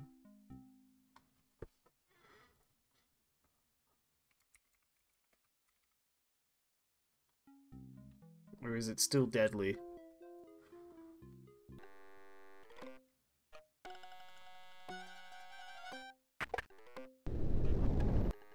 No, we're going to die. Okay.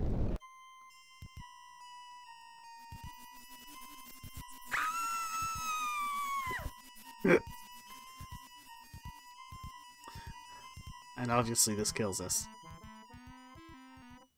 Okay.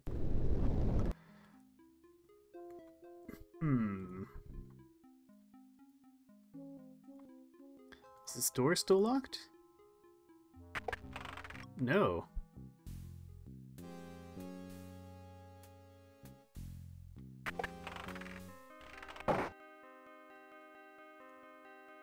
You hear muffled voices coming through the door to Yvette's office. Don't touch Interesting. it. Don't. I can't steal the light bulb from... Oh. Oh, Dr. Smith, I appreciate your help so much. Well, I don't particularly appreciate giving it. I have things to do, Miss Delacroix. Important things. But surely you can spare the time to help me move my desk, no? Oh, I suppose. Why do you want to move it anyway? Oh, there is a terrible stain on the rug. I don't want it to show. We don't have to move the desk very far. All right. Oh, it's heavy. Oh! Oh, I am so sorry. Did you hurt yourself? Yes. Oh no, I'm bleeding. You owe me one, miss. But of course, Mr. Smith. I'll do anything you say. Anything. Didn't I let you in when you asked? Didn't I keep your secret? Yes, I suppose you did. And I'm sorry about bleeding on your carpet. At least it'll blend in with the old stain. What is that anyway? Oh, it is only strawberry jam. Oh my gosh. I'm sure I don't want to know, Yvette. Probably not, Dr. Smith. Now, let's go to your place.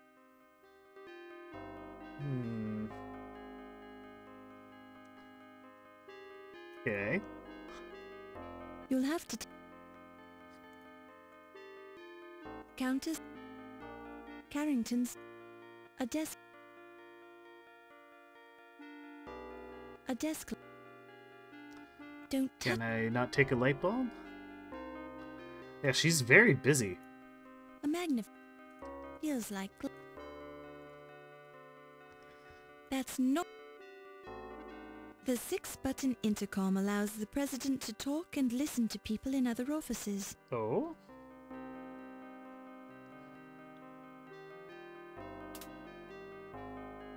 You touch the intercom unit, completely missing the button. You touch...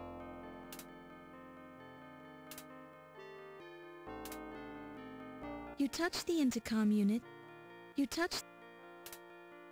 You touch... You touch... You touch... You touch... You touch... You touch...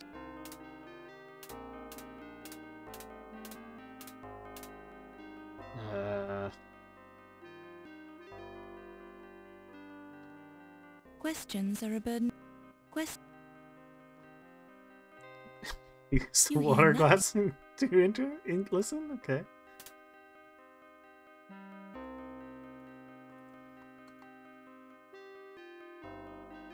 Don't touch...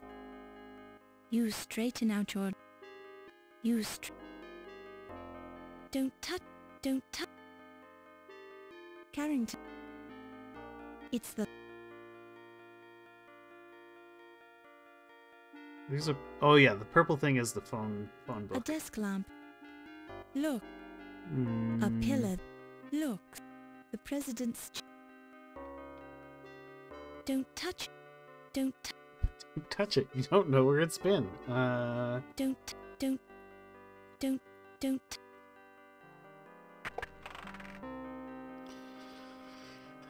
Oh, what was it again? It was 0527.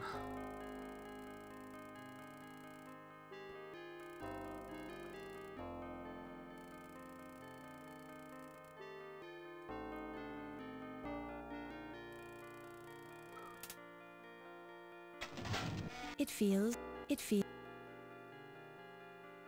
Right, so that just has that, which has a note.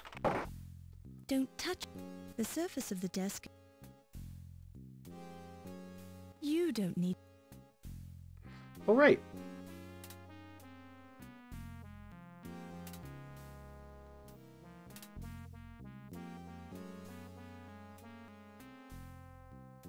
No, I could just turn it on and off.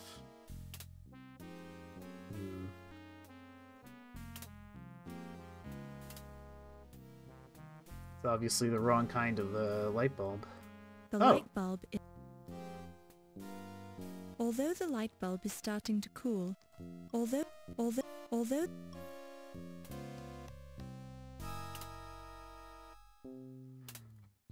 Do I just have to, like, leave the room and come back?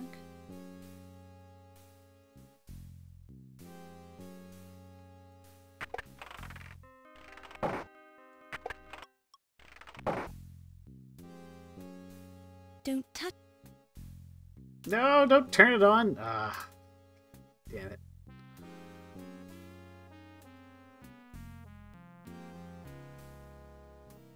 Okay, I can pick it up at least. You pick it up and... I was worried it was going to be like, oh, the light bulb is hot again.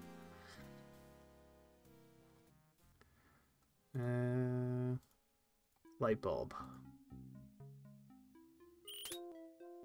Okay, let's also save.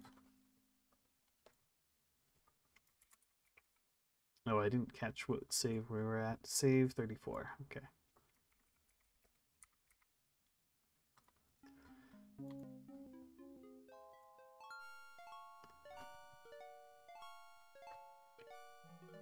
This is a whole new section of the museum. The glass covering the alcove is marked with the words, "For emergency use only." What's in there? Beyond the glass is a shadowy object resting in an alcove. Perhaps it's a lantern, although you can't tell for certain. Okay, well, let's use the bone to break the window.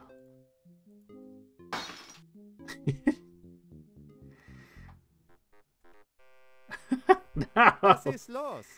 What do you think you're doing? There's no emergency here. Nicht Gefingерpoken mit der Lantern. Oh my gosh. It's freaking German. Alright, let's head back downstairs. Maybe he'll be gone. What?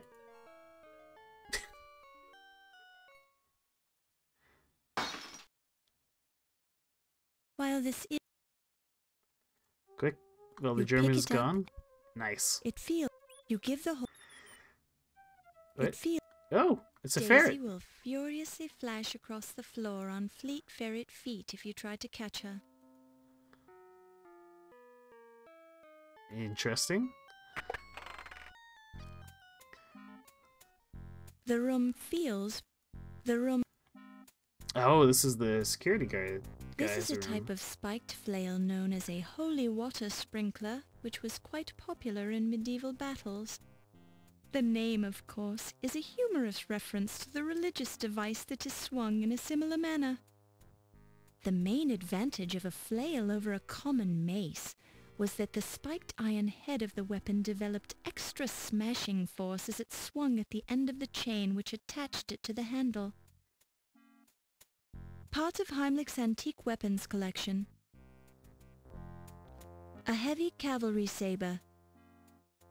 A medieval spiked cudgel, also known as a morning star. A cavalry musket. A fine broadsword imprinted with the mark of the Toledo swordmakers in Spain. It looks very sharp and deadly. It's one of those exotic oriental weapons you've seen before, although you can never remember the name of it. Is there any blood on these weapons? Was that a spark you just saw on this weapon? Or was it just a trick of the light? You also detect the faint smell of ozone.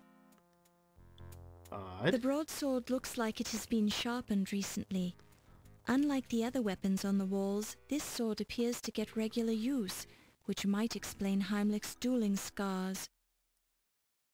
Was that a spark? You also detect the... Was that a... You also... The Wolfie, Oops. it's Olympia. If you can Aha. hear me, meet me in the armor room at 2 o'clock. You promised to show me your private scars, remember? See you there, Wolfcakes. Uh-huh. Was that a spark you just... You also... Was that a... You all... That's not the sort... Upon close inspection... World War I campaign medals. Kaiser Wilhelm of Germany is prominently featured on many of the medals. World War... It's a length of wire. It's a... It's an intercom slave unit which can't be controlled from here. A variety of shiny medals. 2 of them with packs of dogs carrying birds in their mouths are marked with the word Reichsjagdgebrauchshundverband. Others appear to be merit badges for the German youth equivalent of the Boy Scouts. A variety... It's the Office of Security Chief. A variety... Okay.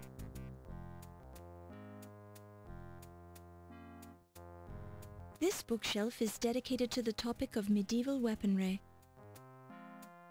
Okay. While the topics of these books interest you, there are more important things you should be doing right now. Okay. This bookshelf is dedicated to the topic of modern weapon. This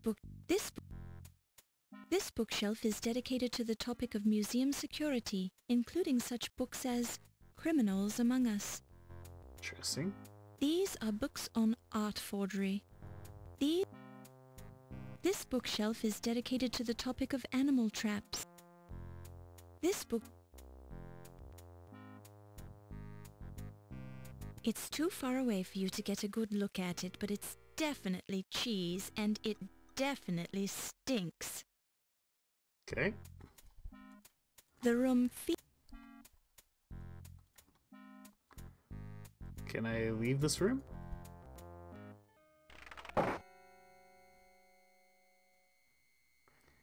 do pop a cheeky save here.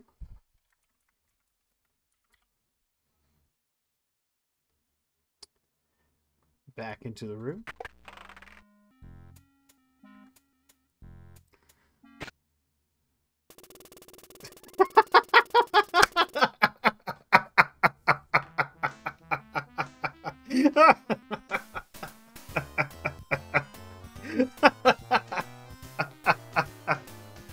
Oh my god. It's a machine gun in the closet.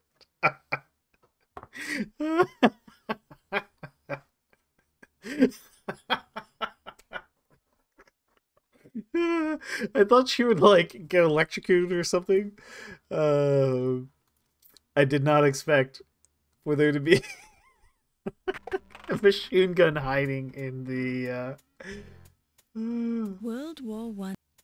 It's too far away for you to get a good look at it, but it's definitely cheese, and it definitely... Oh, let's take the cheese then.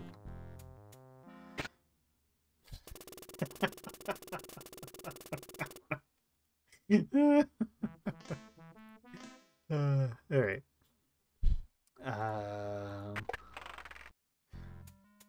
The room Don't touch it. When Wolf Heimlich mathematically centered this blotter on his desk, he glued it in place so that it would never be accidentally moved. As a result, you can't move it. Can we take a sword? Oh, we can! Oh!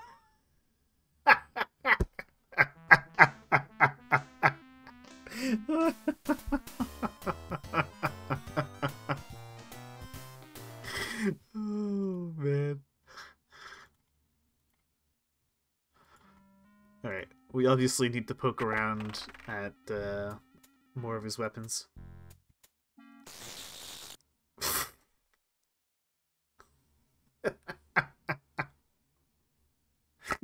Oh, that one doesn't kill us.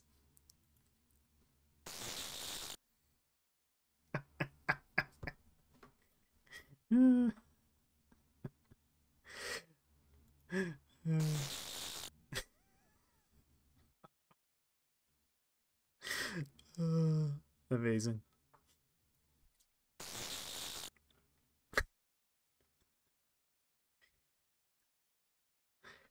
Oh boy, I love this.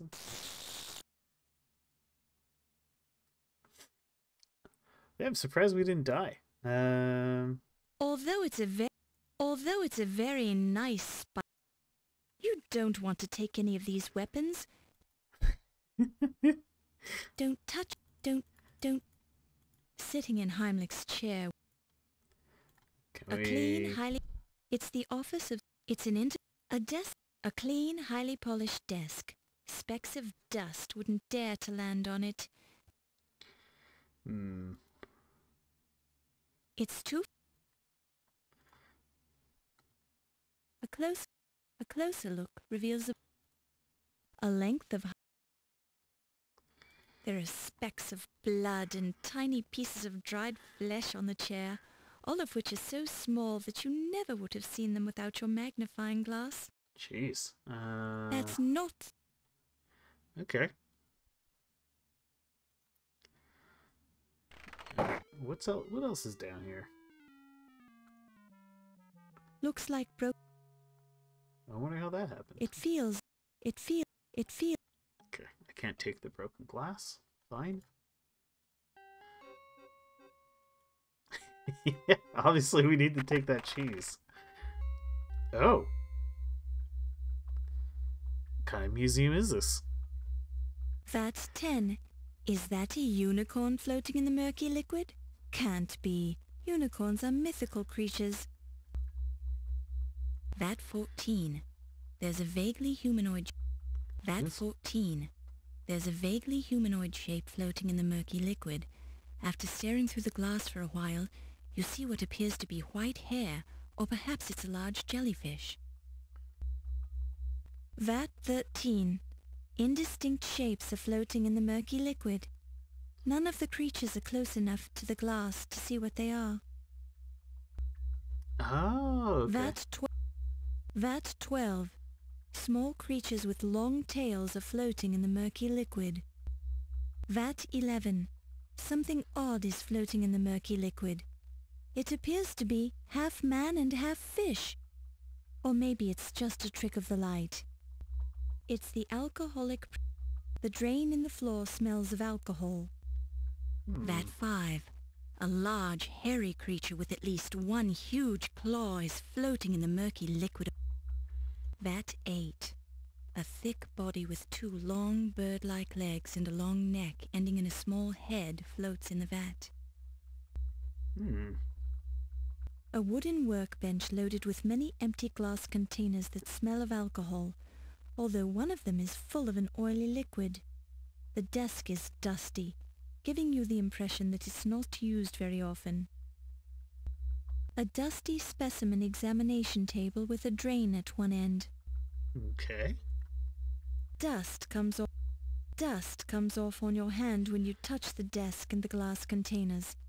Attempting to move the containers, you find that they are welded in place by grime. Gross. The liquid in the container feels oily. You also note that the container is too heavy for you to move. Dust What?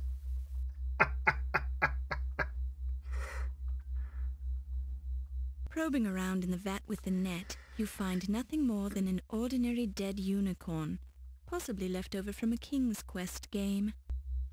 Boy, the alcohol fumes.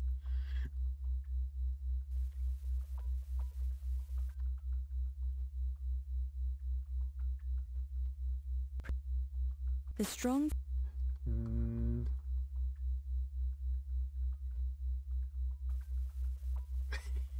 The strong fumes are making you...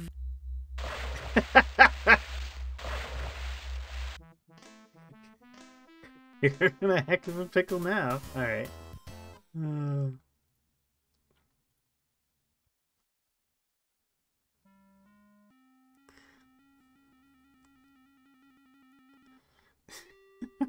Yeah.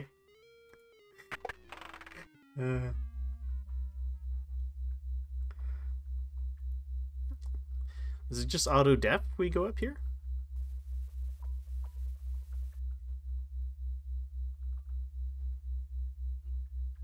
Ground sloths are very slow creatures.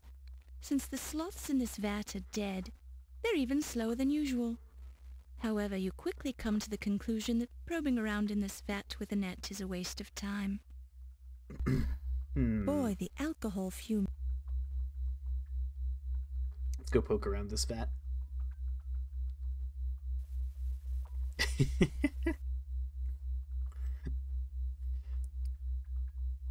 Wielding your skimming net with authority, you probe around in the vat, completely ignoring the corpse of a king who keeps getting in the way of your search. The strong fumes... Alright. Maybe we should leave the room and then go back.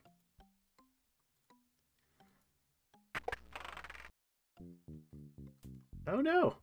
Fräulein Ball, this laboratory is dangerous and verboten to the public. You will leave now! Ugh. The room feels... I will not warn you again, Fräulein. Leave this laboratory immediately. Is he still in there? Yeah. Fräulein Ball. The room feels remarkable.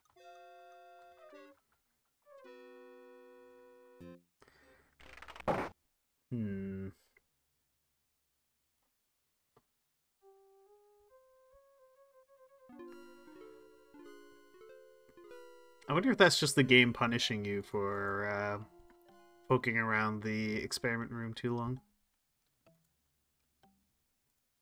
They finished up in here? Seems they have. Okay.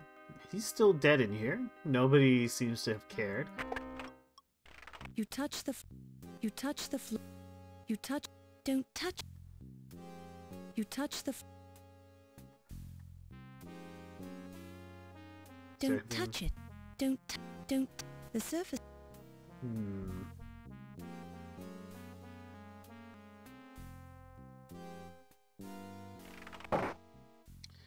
Any bodies hiding around the museum?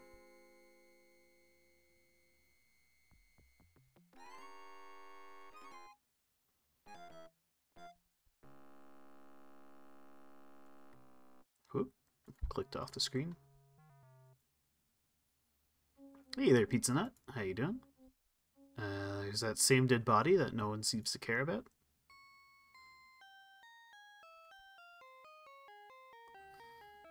There's another dead body here that no one has cared about.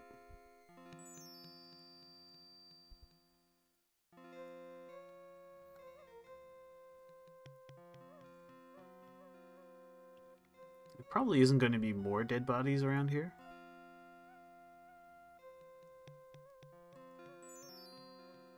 A peak. Oh yeah, that's Now. true.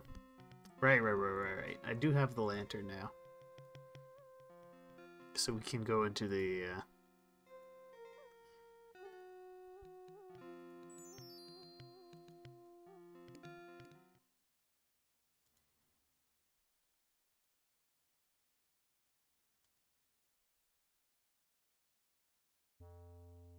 Oop. Nope, that's the wrong way. Is it this way? No.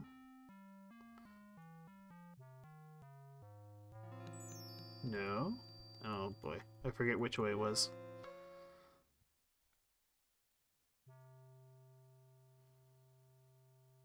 Through here?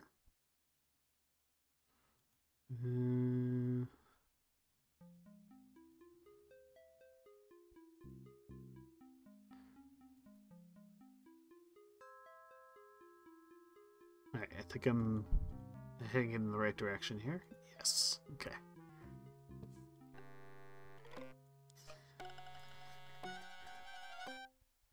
Probably need to have the lantern While this is an selected, and then you do straighten this. out No, You- don't.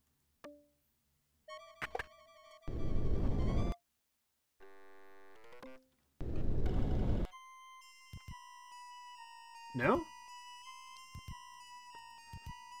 But I have a lantern.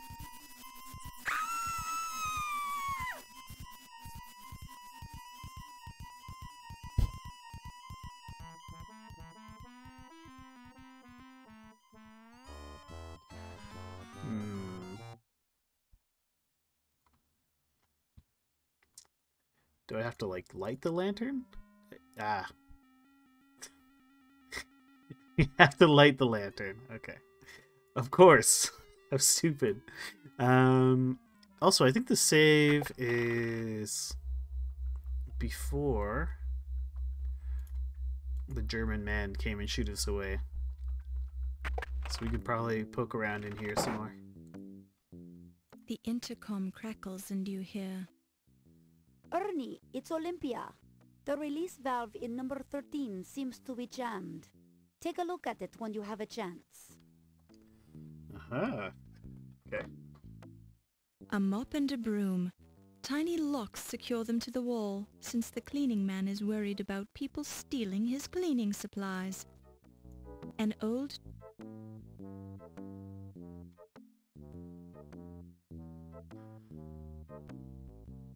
This curious device is a lasso at the end of a pole, used for the humane capture of snakes in the wild, or wild snakes, or something like that.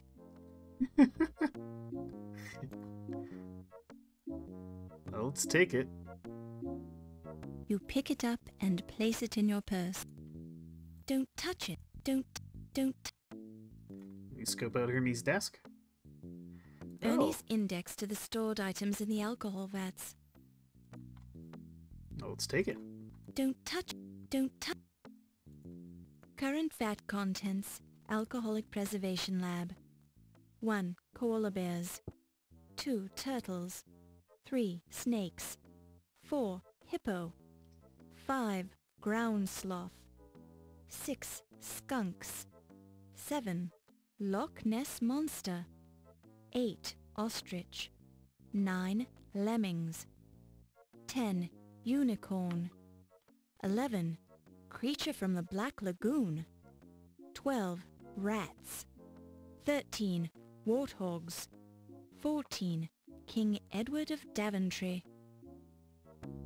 Excellent. This is the story. Ernie's one of those new... A collection of Anasazi polychrome pottery from the cliff dwellings at Mesa Verde in... A collection... Ernie's private boxed collection of Wampitas, Foma, Granfaloons and assorted oddments. 2 interesting skull specimens from early humans who don't need them anymore. A fine stuffed example of the African giant pouched rat, also known as the Gambian pouched rat. Found from Gambia in the west to the Sudan and Kenya in the east and southwards to the Transvaal. Nearly 3 feet long. Discovered by R. Meinertzhagen, who tracked this rat for years before cornering it in a sleazy bar in Kenya. Oh! It's this is guy. a private office, Miss Bow. Please leave. Oh, I'm sorry, Mr. Leach. I thought this was just a storage room. I'll leave now. Man, why you gotta time these events? Let's go, poke around in here. The word gorilla has been stenciled across the label of this large crate. Somebody's crossed out gorilla and scrawled Sasquatch underneath. A full bottle of Dr. Moribund's guaranteed snake oil. Ooh, let's take that. You pick it Yoink. up and... This trunk... None of the equipment... You can... Have you ever wondered what it would be like to be a mammalogy lab? Well, no. The tools are meant for esoteric activities such as gutting thickly furred mammals. Therefore, you have no use for them. Daisy will furiously flash across the floor on...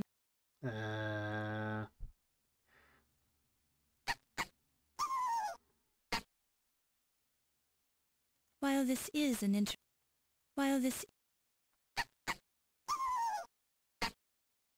No, can't capture it. Also, let's make a save. I don't remember what Saber I'm on. I'm on save 36.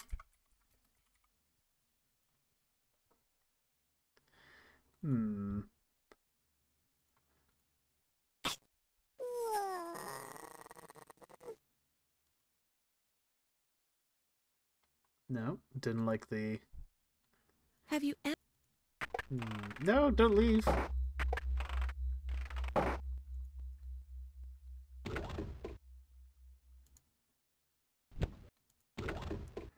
What is it?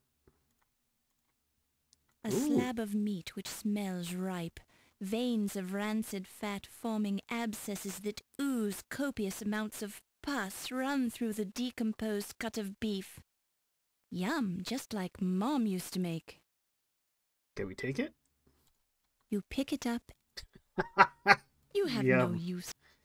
Don't touch it. Don't. It's the door to the Mammalogy Lab's cold storage lock. Okay. Stacks of... The crate is stenciled wild... The poster outlines basic dissection and preservation technique. Stacks of... The trunk... An empty canister stands in the corner, offering no clue as to what it once contained. Okay.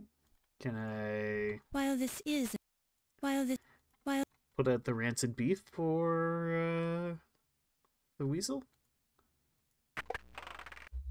Or maybe that's for the snake.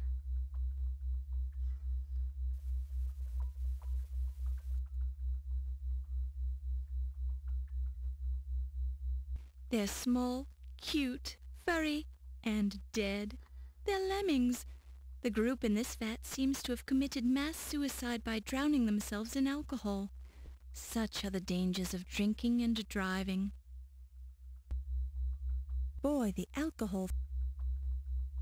Vat 10, Vat 9, Vat 3, Vat 5, Vat 12, Vat 11, Vat 13. Okay. Let's go check out Vat 13. She's something about it leaking or... Aha! Could it be? Oh, it's the dagger! Yes. It's heavy. It's shiny. It's real gold. It's got a sharp point at one end. It's... the dagger of Amon Ra. Incredible.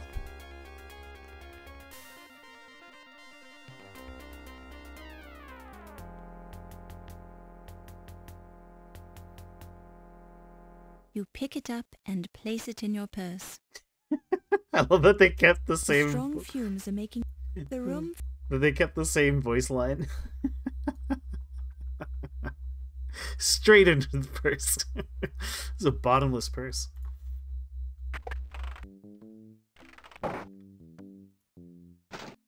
Oh.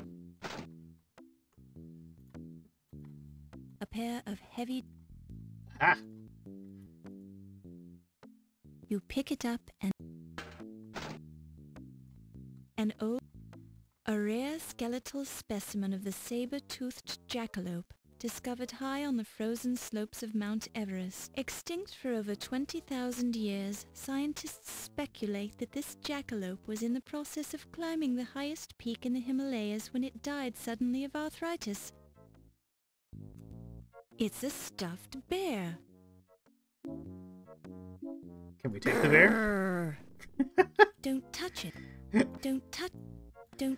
Don't... Best to leave this room right where it is. Otherwise, Ernie won't be able to find it when he comes looking for it. Hmm. Don't touch... Don't...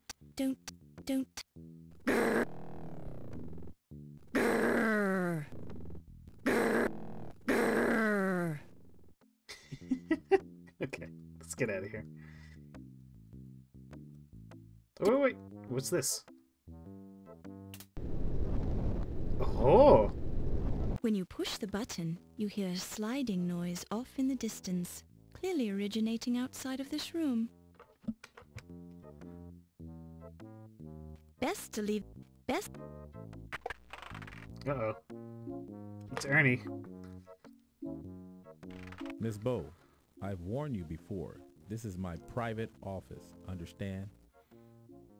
I was just helping Olympia look for her ferret. Yeah, that's it. Here, little ferret. Here, girl. The ferret's not here. Get out. Alright, well, I'm sure you don't need your pliers. Oh, we did see the ferret in here. Maybe we can... Oh, I bet we need the oh! Have you ever won? Hello.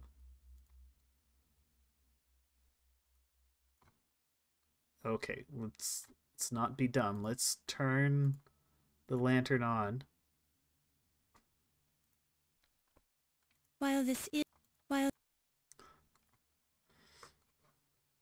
And we'll go in here. Oh, there's stairs.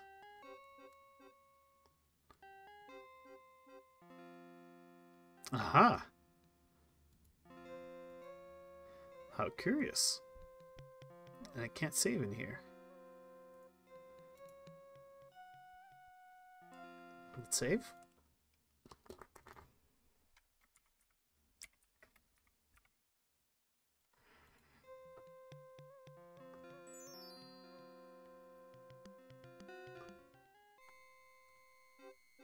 Can I open this door now? The door is...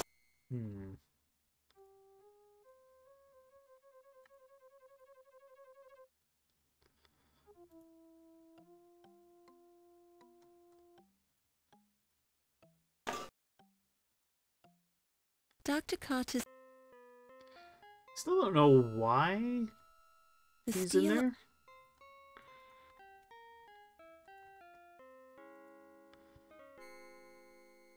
Nope, that's not what I wanted.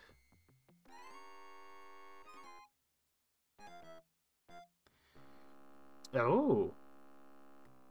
These wires were cut, weren't they? Can I snip more of the wires? While this is... No.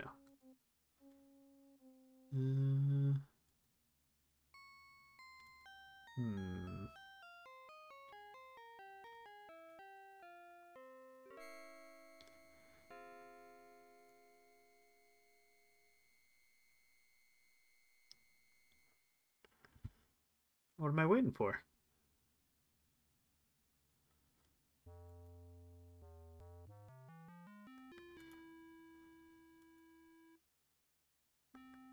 Yes.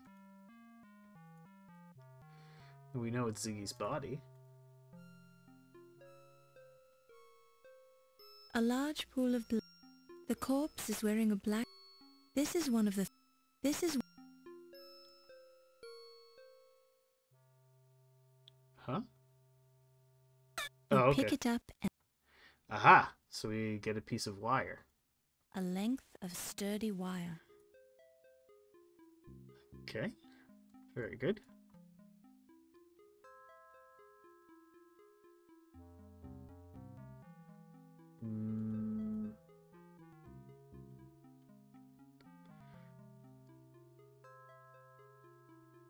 Okay, what's over here?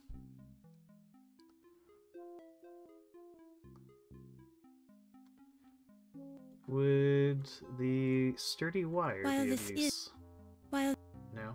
Okay.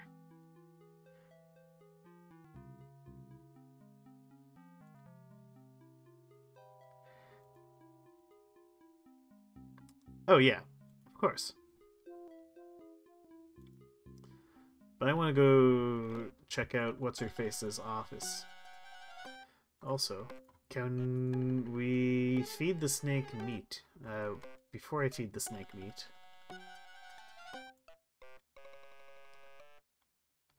Let's make a save.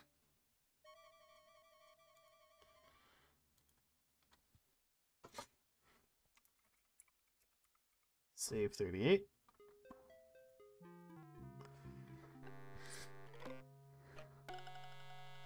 Do you want some meat? No? Okay. Snake lasso? Don't touch.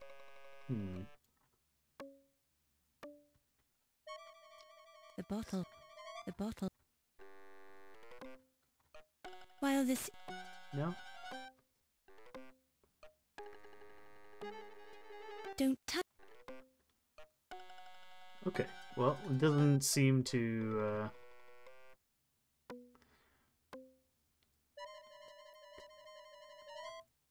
doesn't seem to matter.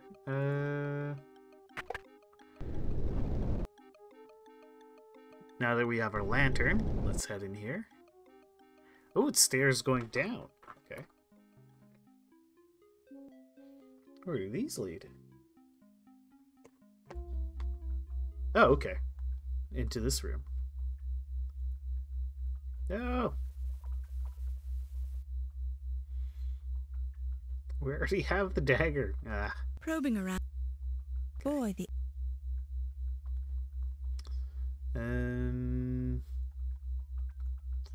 Alright, so we want to go back into What's-His-Face's office.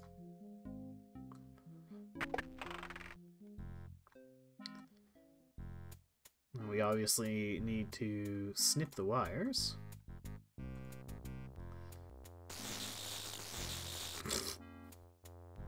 Maybe that wasn't such a good idea after all. Snip these wires? Maybe that wasn't such a... How about these wires? Maybe that...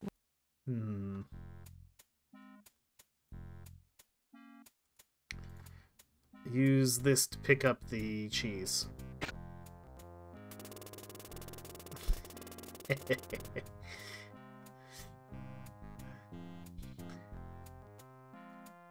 And now we can pick up the cheese. You pick it up and place it in your purse. Excellent. We have some smelly cheese. A wedge of the finest Limburger cheese. The ultimate in cheesiness. Don't touch. It's a Thompson submachine gun, also known as a Tommy gun.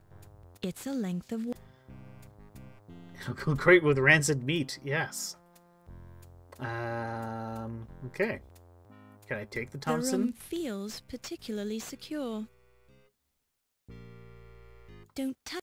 Don't touch it. You don't know where it's been. Okay. Cool.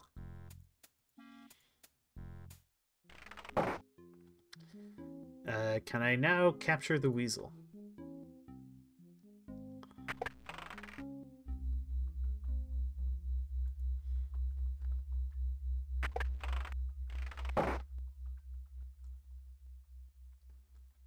Cheese? No. A weasel. I don't know why I want to capture the weasel. Don't touch. Don't. It's near the crate.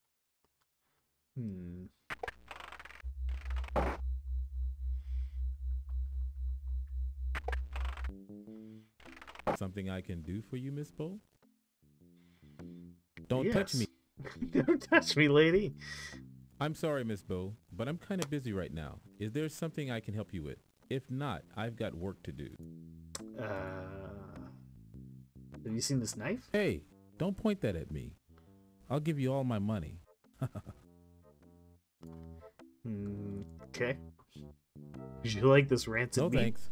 I like my meat cooked. Okay. Check out these pliers. I got some of my own, Miss Bo. You be careful with those. They're awful sharp. Okay. Snake Oh, oil? Lord. That smells awful. Would you like a lantern? Well, isn't that a beauty? That sure is one nice lantern. Would you like some That's cheese? awful sweet of you, Miss Bo. But I'm really not hungry. How about a dinosaur Try bone? to control your Try to... Okay. Oh, I don't really need that. Okay. Would you like an ankh? Now that's a pretty thing. Looks Egyptian. How about this notepad? No, thank you. I don't need one. A magnifying Don't glass? look at me so close, Miss Bo. I'm not that much to see. Would you like a water glass? I've got a coffee cup in my... Okay. No thanks. I don't use it all that often. Oh, you keep it. The museum won't miss it. Mr. Leech, can you let me out of this museum? I don't like it in here. People keep dying. Sorry, Miss Bo. I seem to have lost my door keys. Oh, I find that very disturbing. Me too. I can't even let myself out of the building. We're all staying here until I find those keys. Mr. Leech. Sorry. Oh. Me too.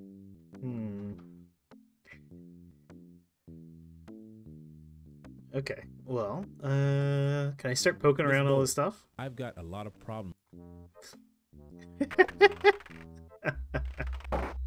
Alright. So the game seems to be suggesting very subtly you don't have anything to do here. So we took the sticky cheese.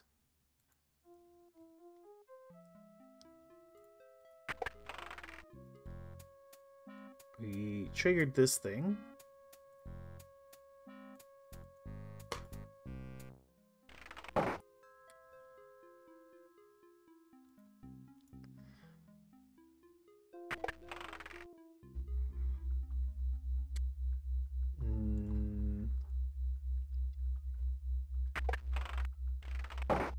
Have you ever wondered? These boxes. Have you?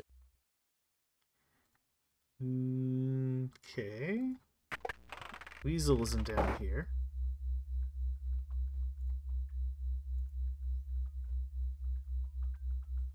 I mean, do I even need to capture the weasel? This is what.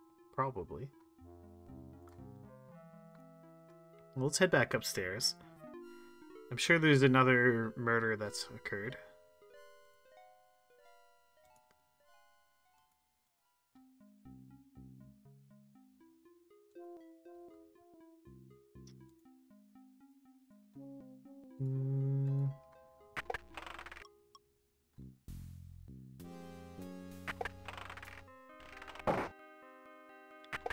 Yeah. You touched.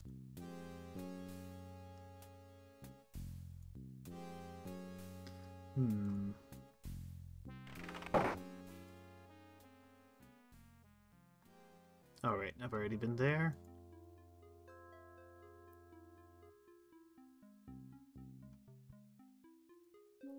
While this.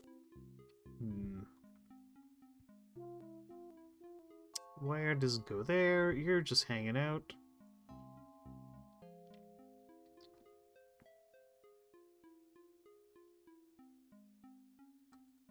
I doubt there's anything going on at the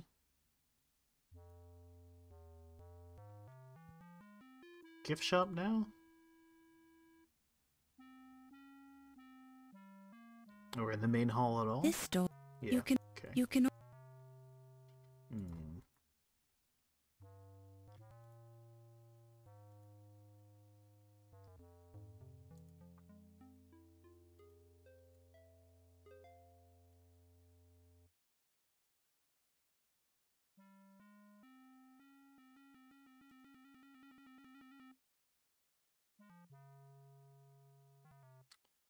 Alright, what's up this way?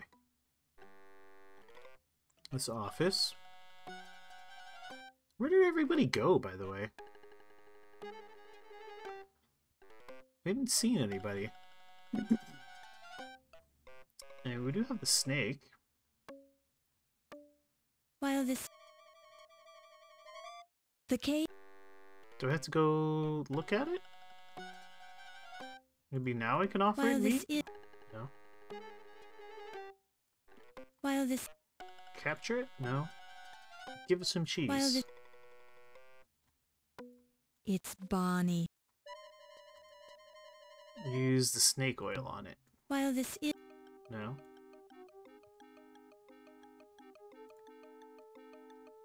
Okay. Well, I don't know.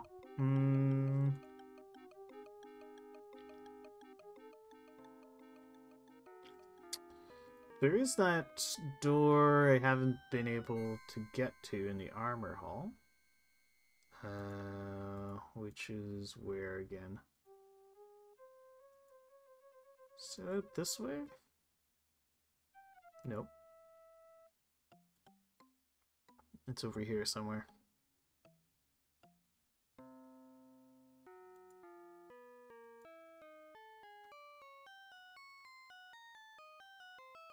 Use the dagger on it? While this. While.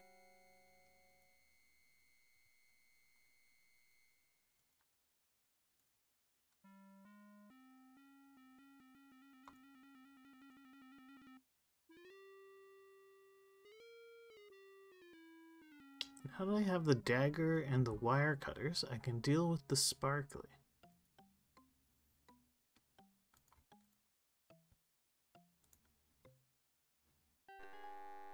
Intriguing.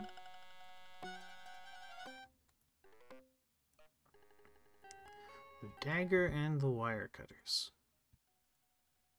While this is an. It's the. While this is. While this. While. While. While.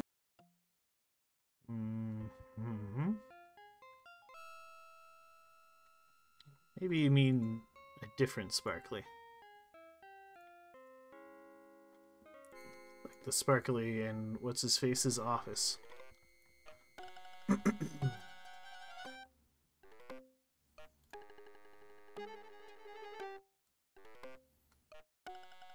Let's turn that on and then go down into the basement.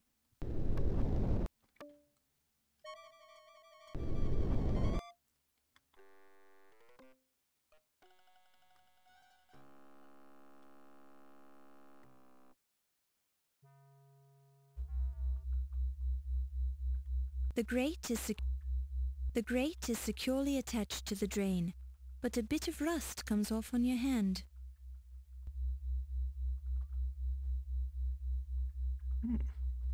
Feels like. Intriguing. The drain grate has rust on it. Upon close inspection, the grate is secure.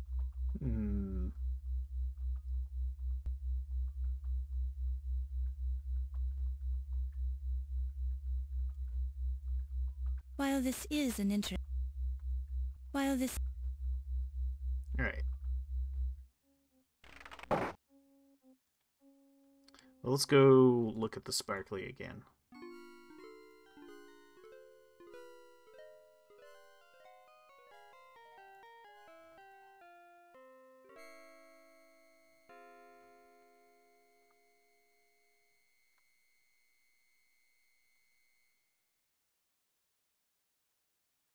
Presumably, I have to look.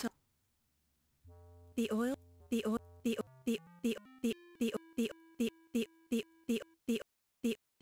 Inspecting the painting carefully, you note the bloody quality of the red pigment, and recall that Bosch was known for the use of human blood in his paintings. Inspecting the... This skeleton key is inscribed with eerily articulated markings, the weird orthography of a long-dead tongue. It offers no clue as to what it unlocks. Pandora's box, perhaps? Okay. Cut it out. With careful use of the dagger, you manage to pry the skeleton key off the Bosch painting without any serious damage. Perfect. An authentic recreation, at least in Bosch's mind, of happy-go-lucky skeletons tormenting a dead king named Graham. They appear to have stolen a key from the king, which one of them is placing in their treasure barrel. Okay. So we have a key.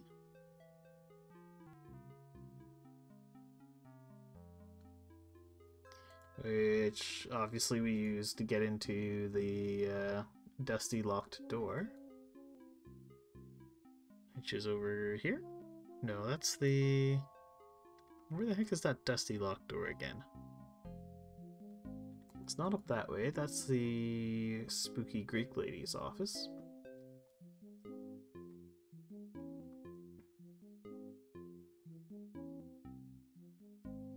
No, it's not over there, because that's the dead-end dinosaur room, isn't it?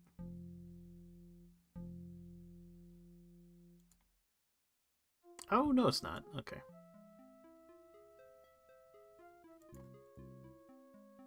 Here we go.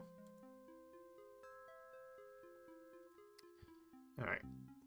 Skeleton key on the door. This door... What? It's an unmarked wood door with faded flecks. It's a magnif... Feels like... On close inspection of the door, you see two heavily faded words that were painted on the door at eye level, although some of the letters in the words are totally unreadable. E-M space L space Y-E space S O space Y.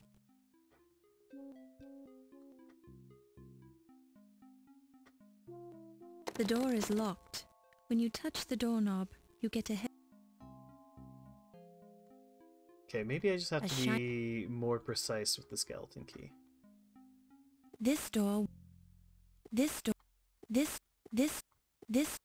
While this is an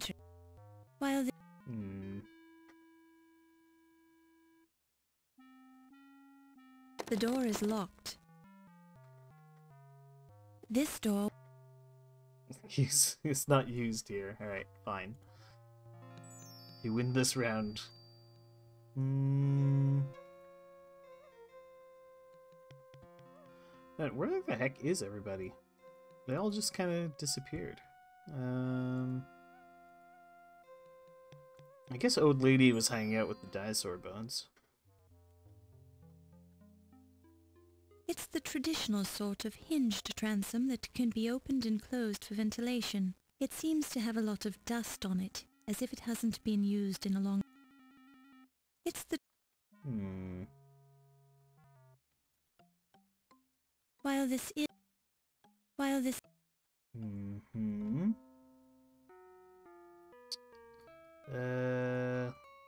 Can I use this to open the thing from the inside? No.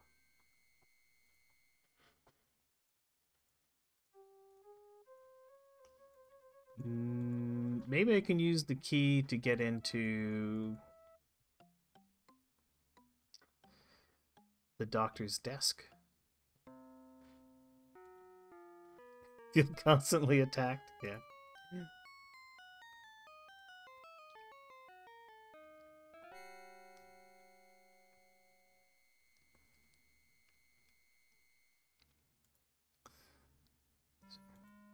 She does grumble about dust a lot.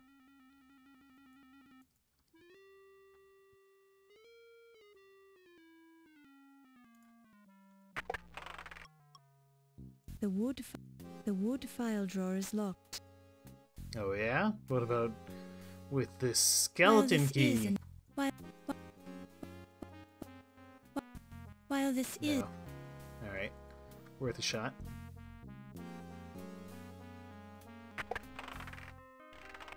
Don't touch. You'll have to take a close... Upon close inspection, the note is written in a man's hand. The note Judging by the buttons, the glass on the clock, the note is written in a... Can I use the key on the desk? While this... No. It's the... Don't touch... Silent.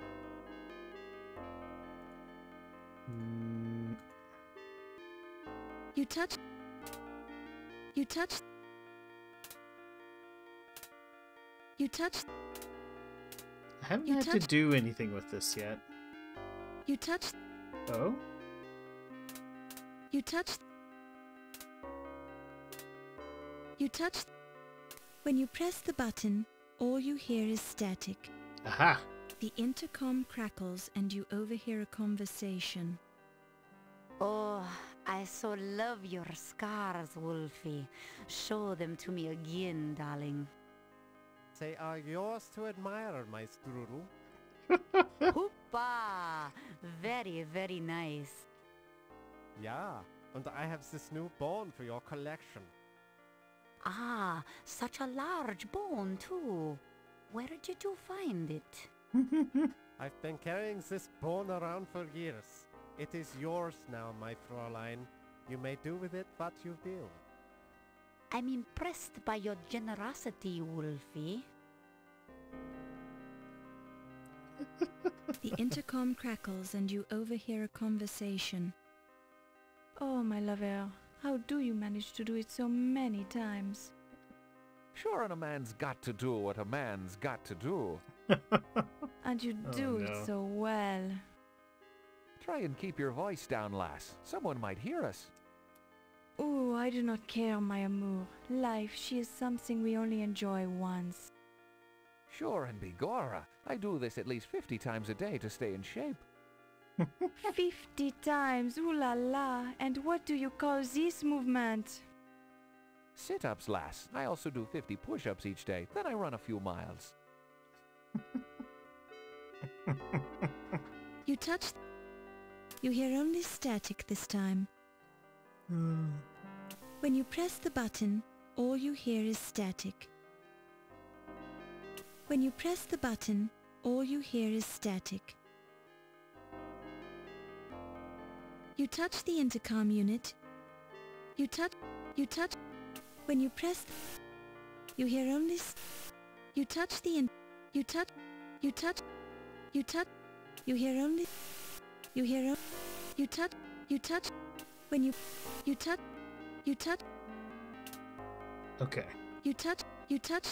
You touch... I doubt that was important for progressing the plot, but, Oh? I can walk behind here? It doesn't seem to be relevant.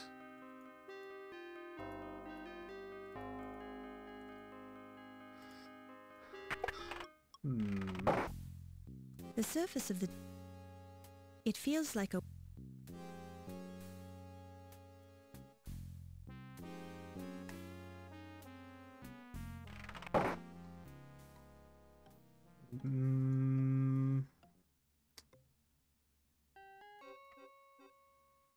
Oh, maybe the key opens the door to the gift shop. Which is locked.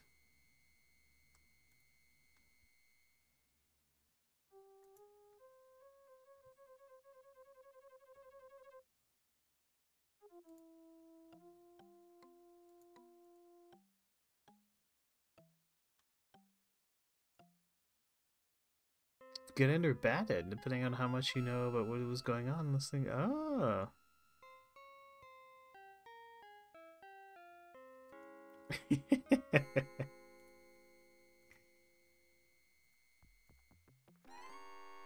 This door won't... Ah.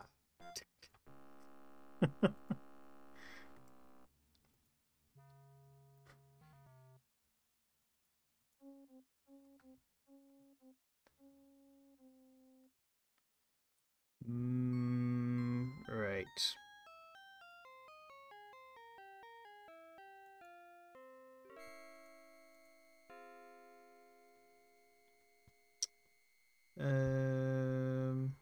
was the other locked area? Oh yeah, my other thought was giving the key to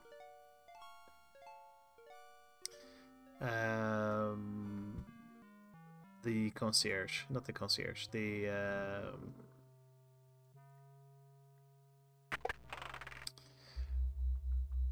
oh, what the hell? What do you call him? The janitor. Giving the key to the janitor, or this guy.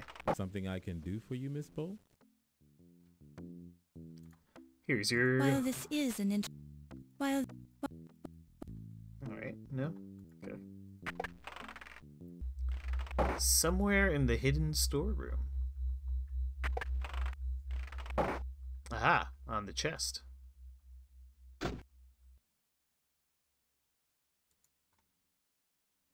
What's inside? The trunk has a name tag identifying it as part of Carrington's personal luggage. Beside it is another sticker emblazoned with the logo Andrea Doria. What?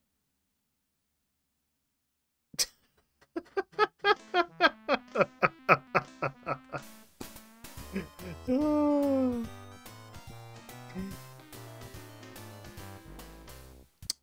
Ah, and there's quite a hint. There's nothing the bugs like better than a little fresh meat. Alright. Oh dear. How back was the save? I didn't have the key. Oh no. But... The oil... Inspect... With careful... I think all I did was wander around uselessly for a while.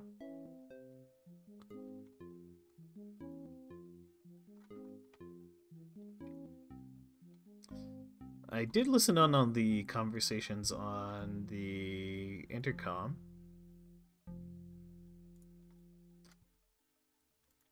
Just in case they unlock something, I'm gonna go listen on the intercom. They probably don't unlock anything. You touch the Say, who? Yeah, I think. I mean... Yeah. Okay. The intercom. Sure, and you try. Oh, sure. Feet sit up. When you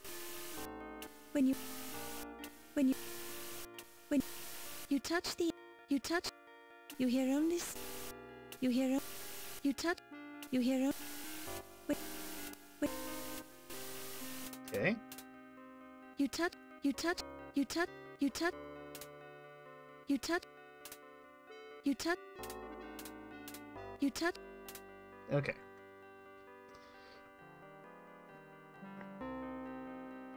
Okay, I can't save in here.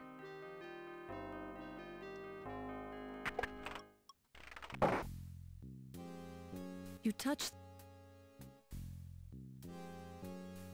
Oh, I can't save in here either.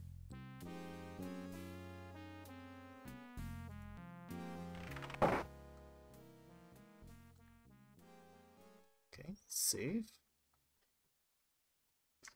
Save 37.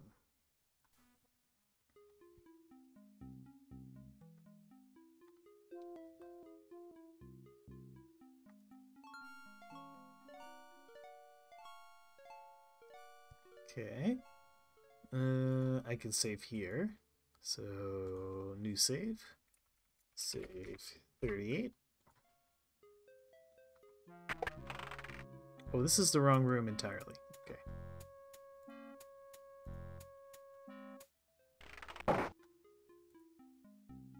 Oh, I don't have the cheese yet.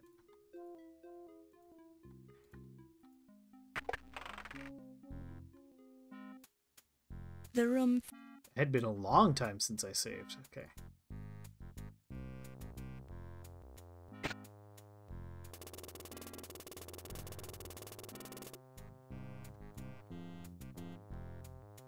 You pick it up. The room... When Wolf... Okay, let's go ahead and save.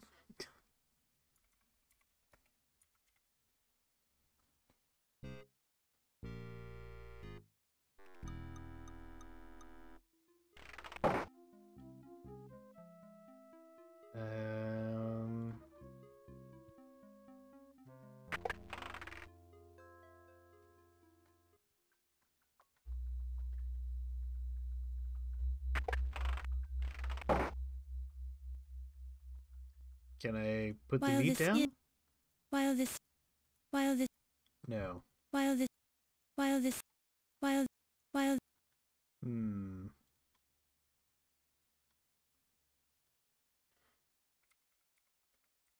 Say 40. So if I open it immediately, I just die.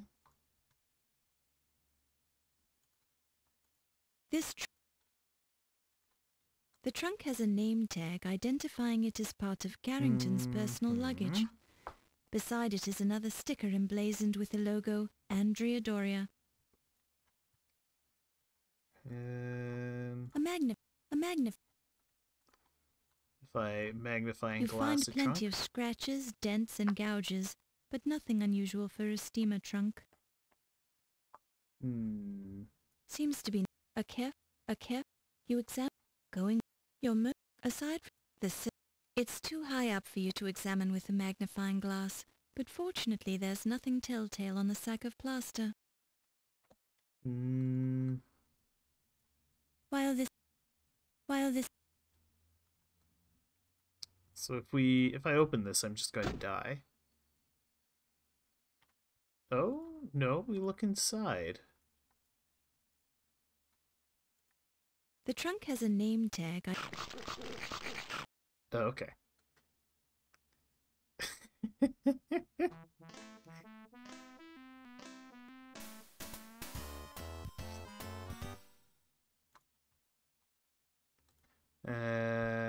So let's open this again. But this time we give them the rancid meat.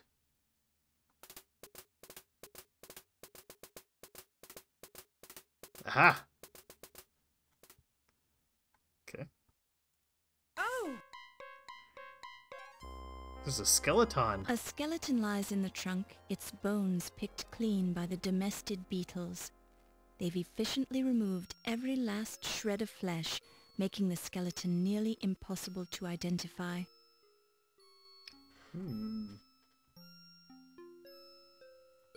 Curious. It appears to be a gold pocket watch. Oh, let's take it. Right into the purse. You pick it up and place it in your purse. Oh. The ding-dongs of progress. Oh, no, I want to see if there's anything else in here. A skeleton. It looks like the third, fourth, and fifth cervical vertebrae have been twisted. This indicates a fairly violent strangulation. Other than that, there are no abnormalities that catch your eye. It looks like the... Okay. Let's take a look at this. A valuable gold... Feels like...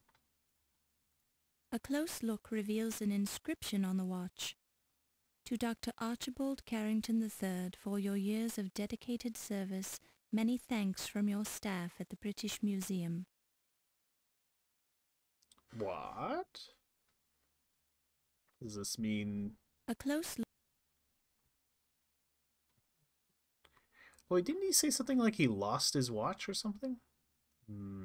You see charcoals. There are words. The cover is a close.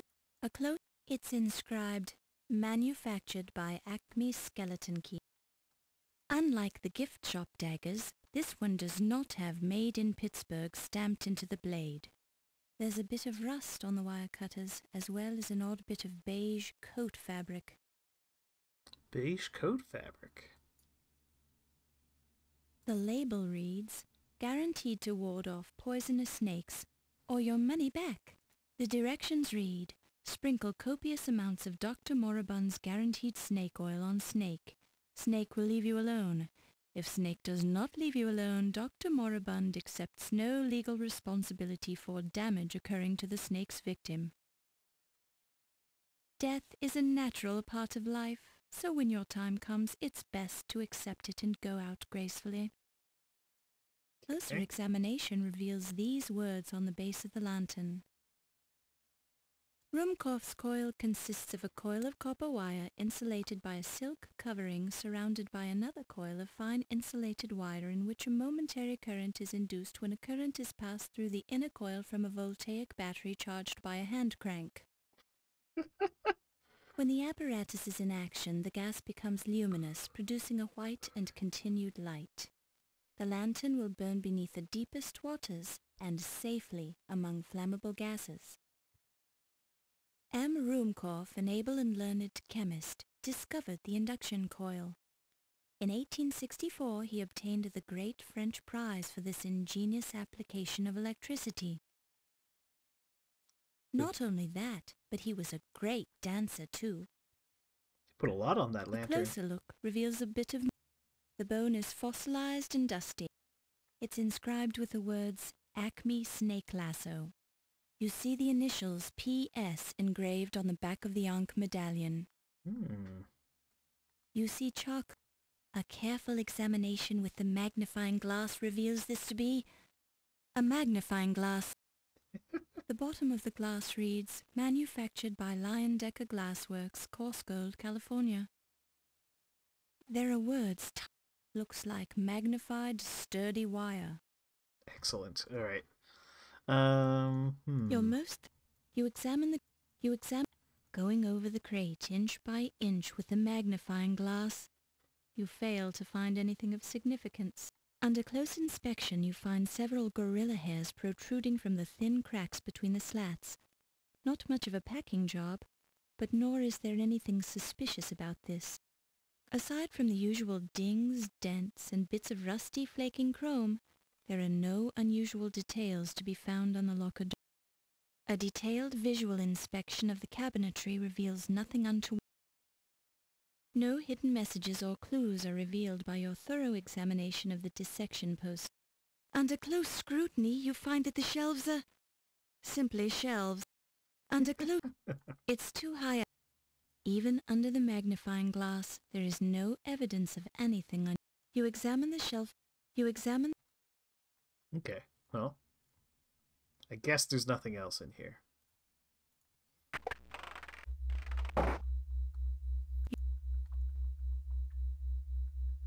The liquid in the container feels oily.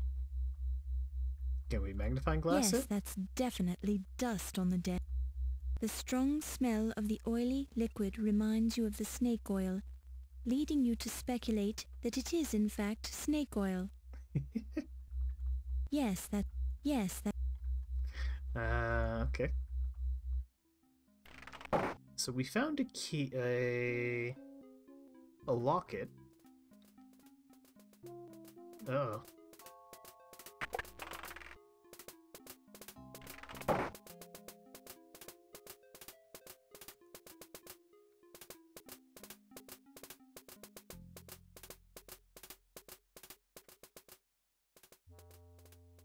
Interesting. The room.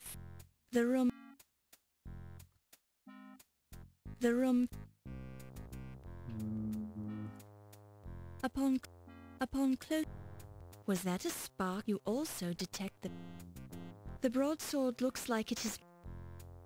The fine powder on the gun indicates that's the cheeseless trap has been. That's okay.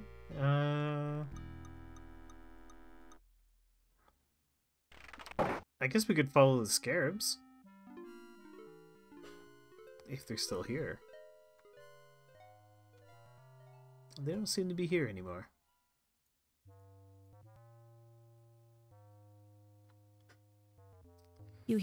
Oh. Ah, shoot. Probably coming from the office? You lied to me. Oh. Well, lass, I guess that makes us even. You lied to me. You had something to do with the Dagger burglary. You've been sleeping with someone else. I saw you go off with that dock worker. I've never slept with Steve, and the Ziggy fellow, he told me about you and the Dagger. And you believe that little weasel. I've arrested the man more times than I can count. The Ziggy, I know him a long time. He would not lie to me. That man'd lie to his own mother if someone paid him for it. Ziggy, he says you were working with the Carrington to steal the dagger. Lies! You can't be trusting the man. If he wasn't already dead, I'd pound the truth out of him. Maybe you already did. Were you sleeping with the little rat then? Of course not. You really surprise me, lass. I'd think you grew up on the streets accusing me of burglary like that. Where I grew up doesn't matter, does it? The important thing is... Wait, did you hear something at the door? Yeah, I was hearing it too. Keep your voice down then.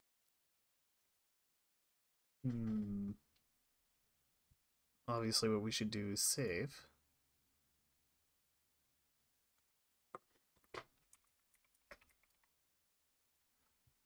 And then go introduce ourselves. This door. Oh, it's locked. Damn it.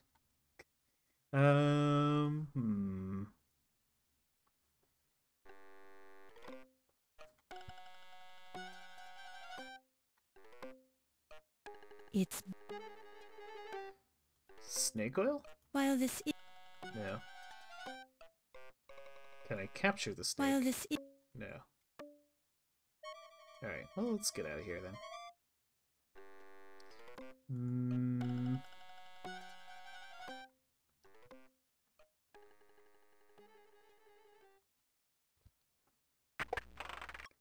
Oh, they're gone. Oh. Miss Bo, this is a private office. Oh, well, I was just looking around. Have you seen this paper cutter? It looks like it has blood on the blade. Blood? Oh, that's not blood. You got me all excited. It's probably just red ink. But if you're worried about Yvette, I just saw her on the way down to Ernie's office in the basement. She goes down there a lot for some reason. Maybe she's fond of Ernie? Yvette is very fond of everyone, my dear. Now, if you'll excuse me, I have some business to attend to. Interesting. Okay. We obviously have to poke around with this a bit more. better not touch. Better not. A paper cut. A paper cut. The paper cutter blade looks well maintained and sharp enough. The red stain on the paper. The typewriter. Tiny. That's not the sort.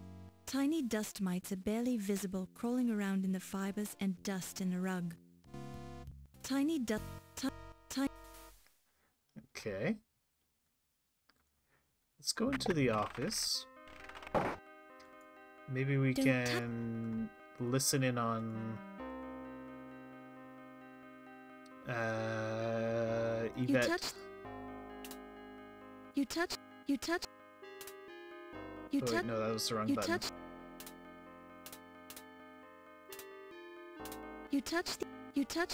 You hear only. When you press the button, or when you press the. Ah, okay.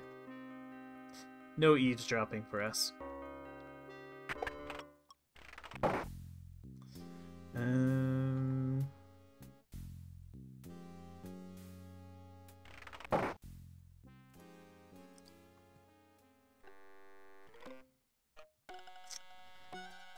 She allegedly had some business to attend to.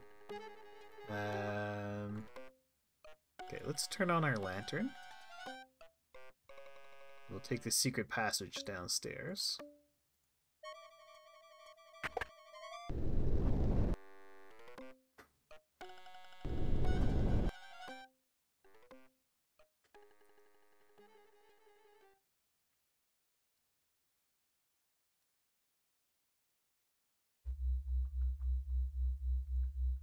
And see what's going on in Ernie's office. Oh my.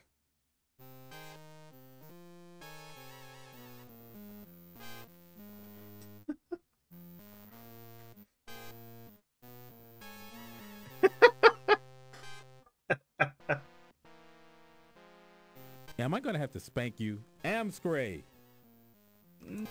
What? Alright. You hear muffled voices coming through the door to Ernie's office. You don't say. Alright. Interesting. I never noticed that before. You never noticed what, my love? You have a tattoo of the Eiffel Tower on the inside of your left eye. Ah, you are doing this to distract me, no? But I am worried about you, my Ernie. You are so big and so strong. But this ice pick fellow, he is a dangerous one, no?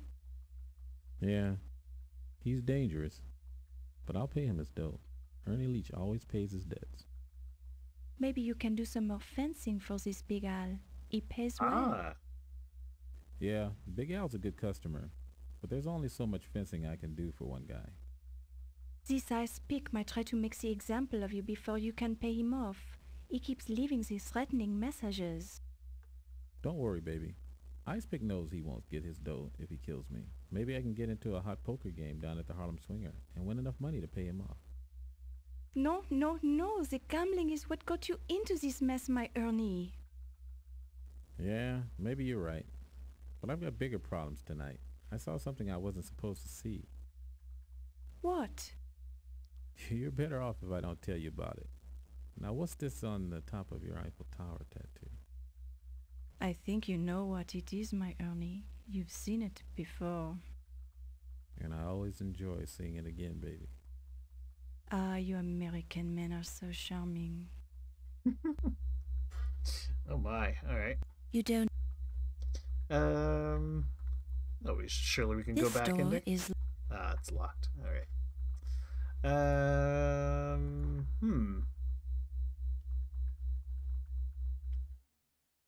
Interesting.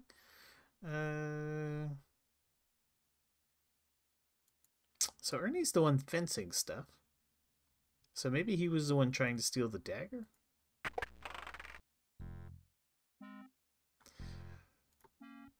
I wonder if starting to wonder if the murders are even related to the dagger at all.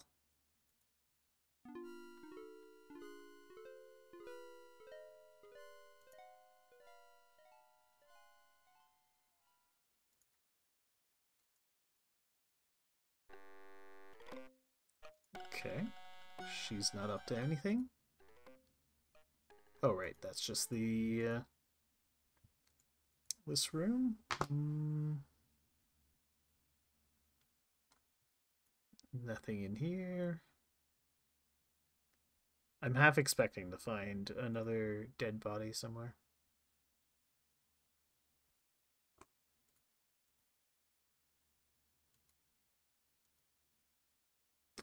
I haven't figured out why they moved the dead body into the suit of armor.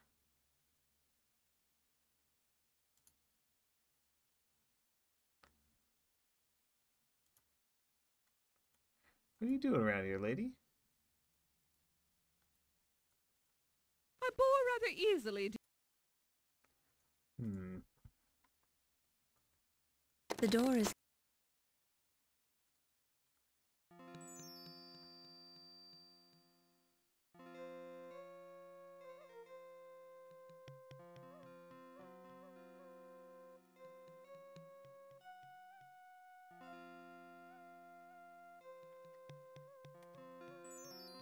I mean, there was that dead body in here.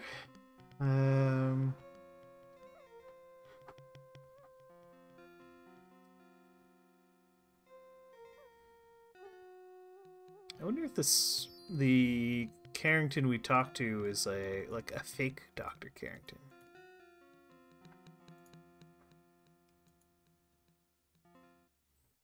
And they killed him to keep it secret.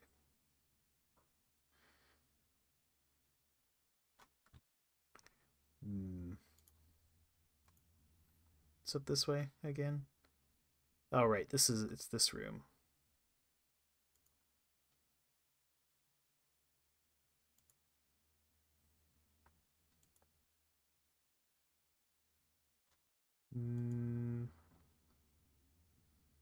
Okay, there's nothing here.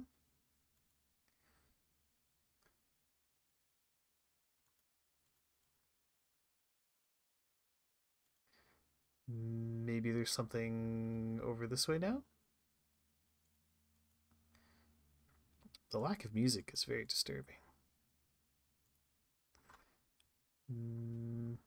Gift shop, are you still locked? This door, you can almost... It's still locked, alright.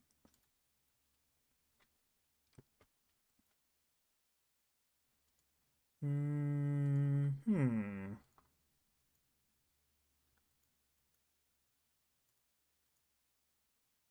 mean, I guess I haven't been to the left in a while. Maybe there's something hiding over this way.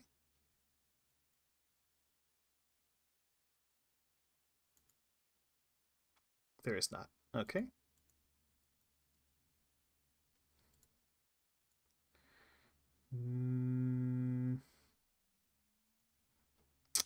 Okay, where have I not been lately? I haven't been into Yvette's office or the president's office.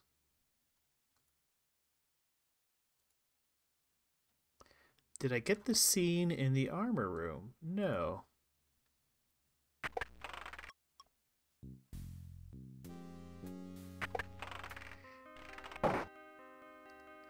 I got a saucy scene in the basement between what's-her-face and Ernie. Don't touch. Don't touch. You touch the... You touch... You touch... You touch... You touch... You hear only... You hear only... You hear only... When you press... When you press... When you... Okay, nothing to hear.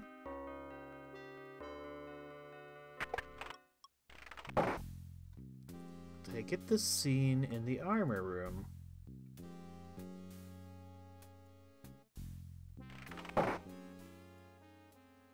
I mean, I did notice that old lady was wandering around in the armor room.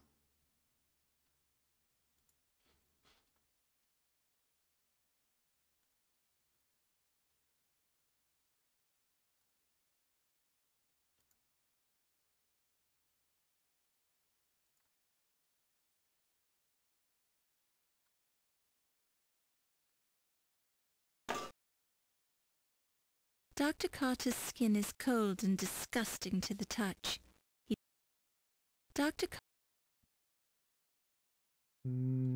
Stab him with the While knife. this is... Oh, right, I could hide behind the tapestry. A rare although since that 1 year...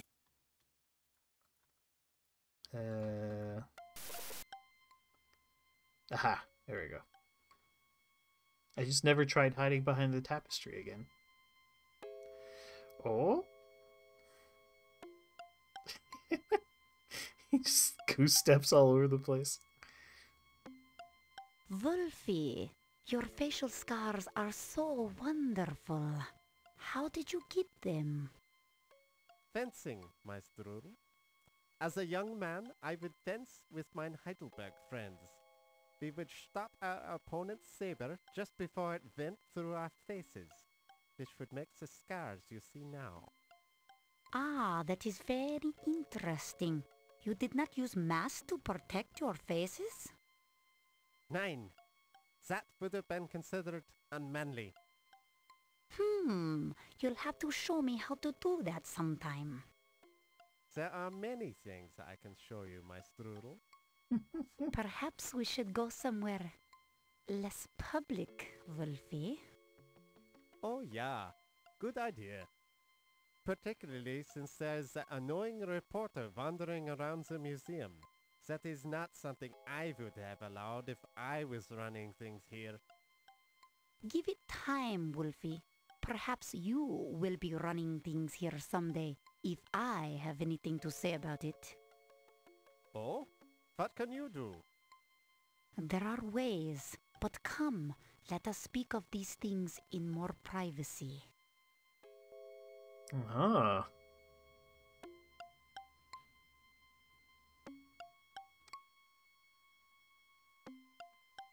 You remind yourself of the principles of investigative journalism: research, observation, diligence, and clarity.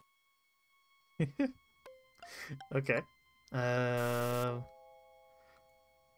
So I wonder if we now go into the office and then listen on the intercom?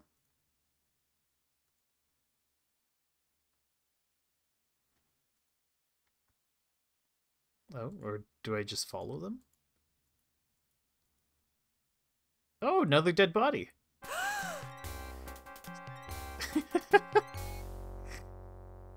Ernie's dead now. My goodness, everyone's dying. The fabric of the shirt appears to be clinging somewhat to Ernie's chest. Clinging to his chest, Ernie's pants appear to be clinging somewhat to his legs. Ernie's head lolls back. This arm is flung out to the side as if to say, "I'm completely limp." Ernie's arm is draped over a tusk in a casual pose. If he weren't dead, he'd look like an ad for menswear. From here you can see the mastodon's molars.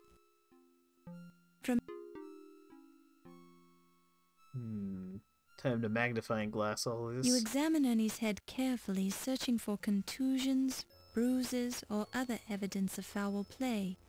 You see little, but you do notice a faint odor, not immediately identifiable.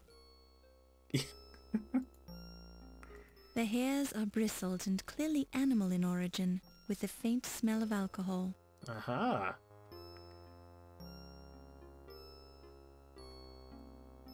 You pick it up and Ernie's shirt. The suspenders are damp but intact and reek of alcohol or something similarly chemical. Aha! Dry cleaning fluid, perhaps.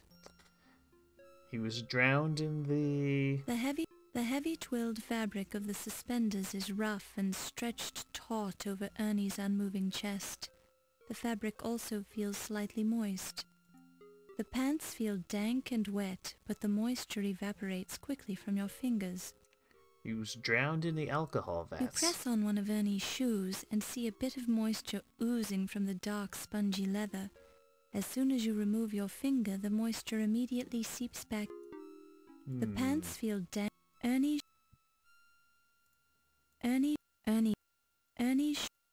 right arm is stiffening in its... Ernie's head is slightly resistant to your efforts. You press on one of Ernie's... The pants feel... The tusk... Ernie's... Okay,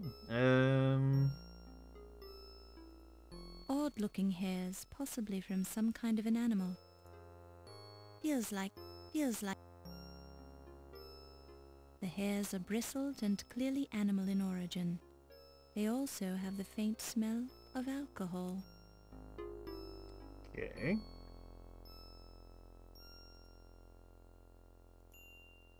The tusks are slightly dampened in the areas where the body has come in. You examine it. Despite the leather of Ernie's shoes are soaked through and through.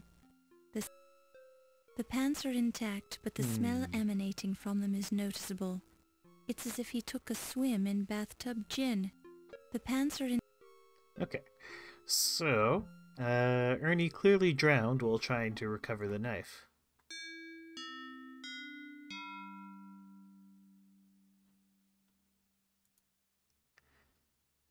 Okay. What are you doing, Doctor Lady? Question. It is... Ask her about Ernie. It's unfortunate that Ernie died, but his body is nicely displayed on that mastodon, don't you think? Makes quite a nice exhibit, actually. Yeesh. Okay.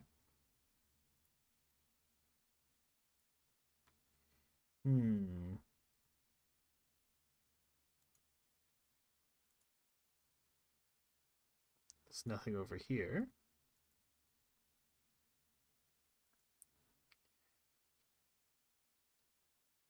I wonder if it's Delacroix who's just murdering everybody.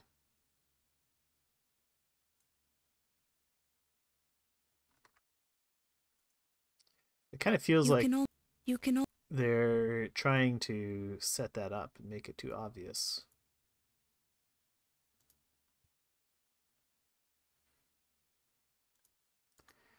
Which then leads me to think it's a subtler party that's responsible.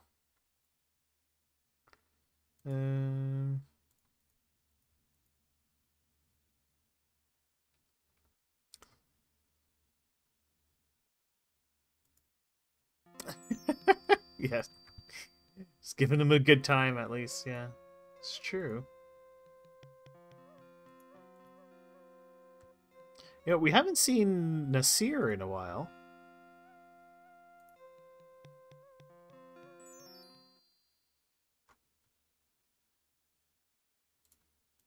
The door is...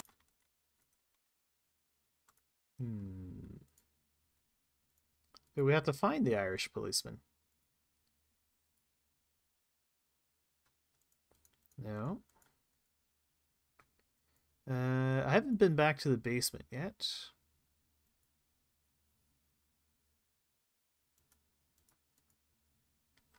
Oh, Blobber, come on. Let me wander there on my own. Ach, oh, you there are we go. smelling like the brewery, mein Capitan. Either you've been drinking, or you've been eating too many of those grapes. Sure and begorra. A man needs a little nip from his flask now and then, doesn't he? Oh boy. Personally, I do not require the drinking of the alcohol. It would impair my mental and physical skills. Ernie Leach has been murdered. What was that, lass? Ernie is dead. So, you finally come to us to confess, is that it? Confess? No! I'm reporting a murder. And you was the first one to find the body again? Well, I guess so. Quite a coincidence, Fräulein. I think we should be interrogating you to learn the truth. I've had enough of your lies! Calm down, Heimlich. If there's any interrogating to be done, I'll be the one who does it. Now then, lass, where did you find the body? The mastodon room. He's hanging from some mastodon tusks. Ach, he's probably just sleeping on the job. No, I'm sure he's dead. Well, I'll go take a look at him then. If I need to talk to you, I'll find you later.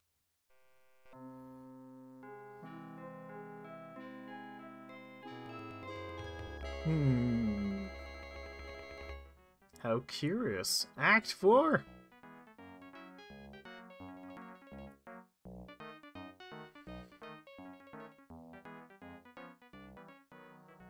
They sure are quintuple.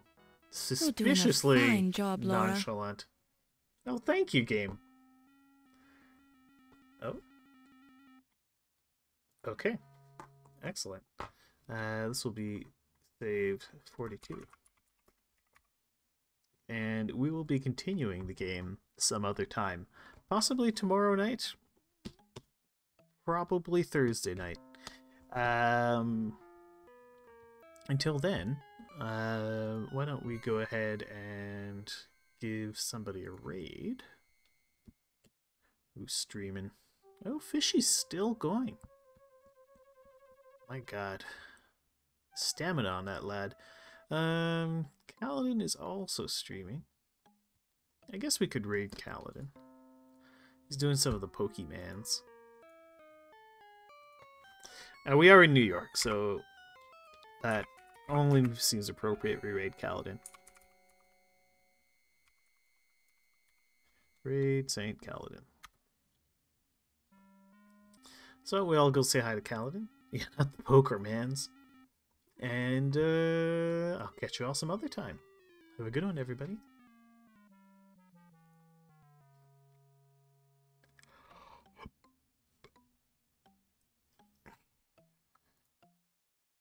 The hidden move strength for your Pokegear, and you get 3 TMs that teach strength.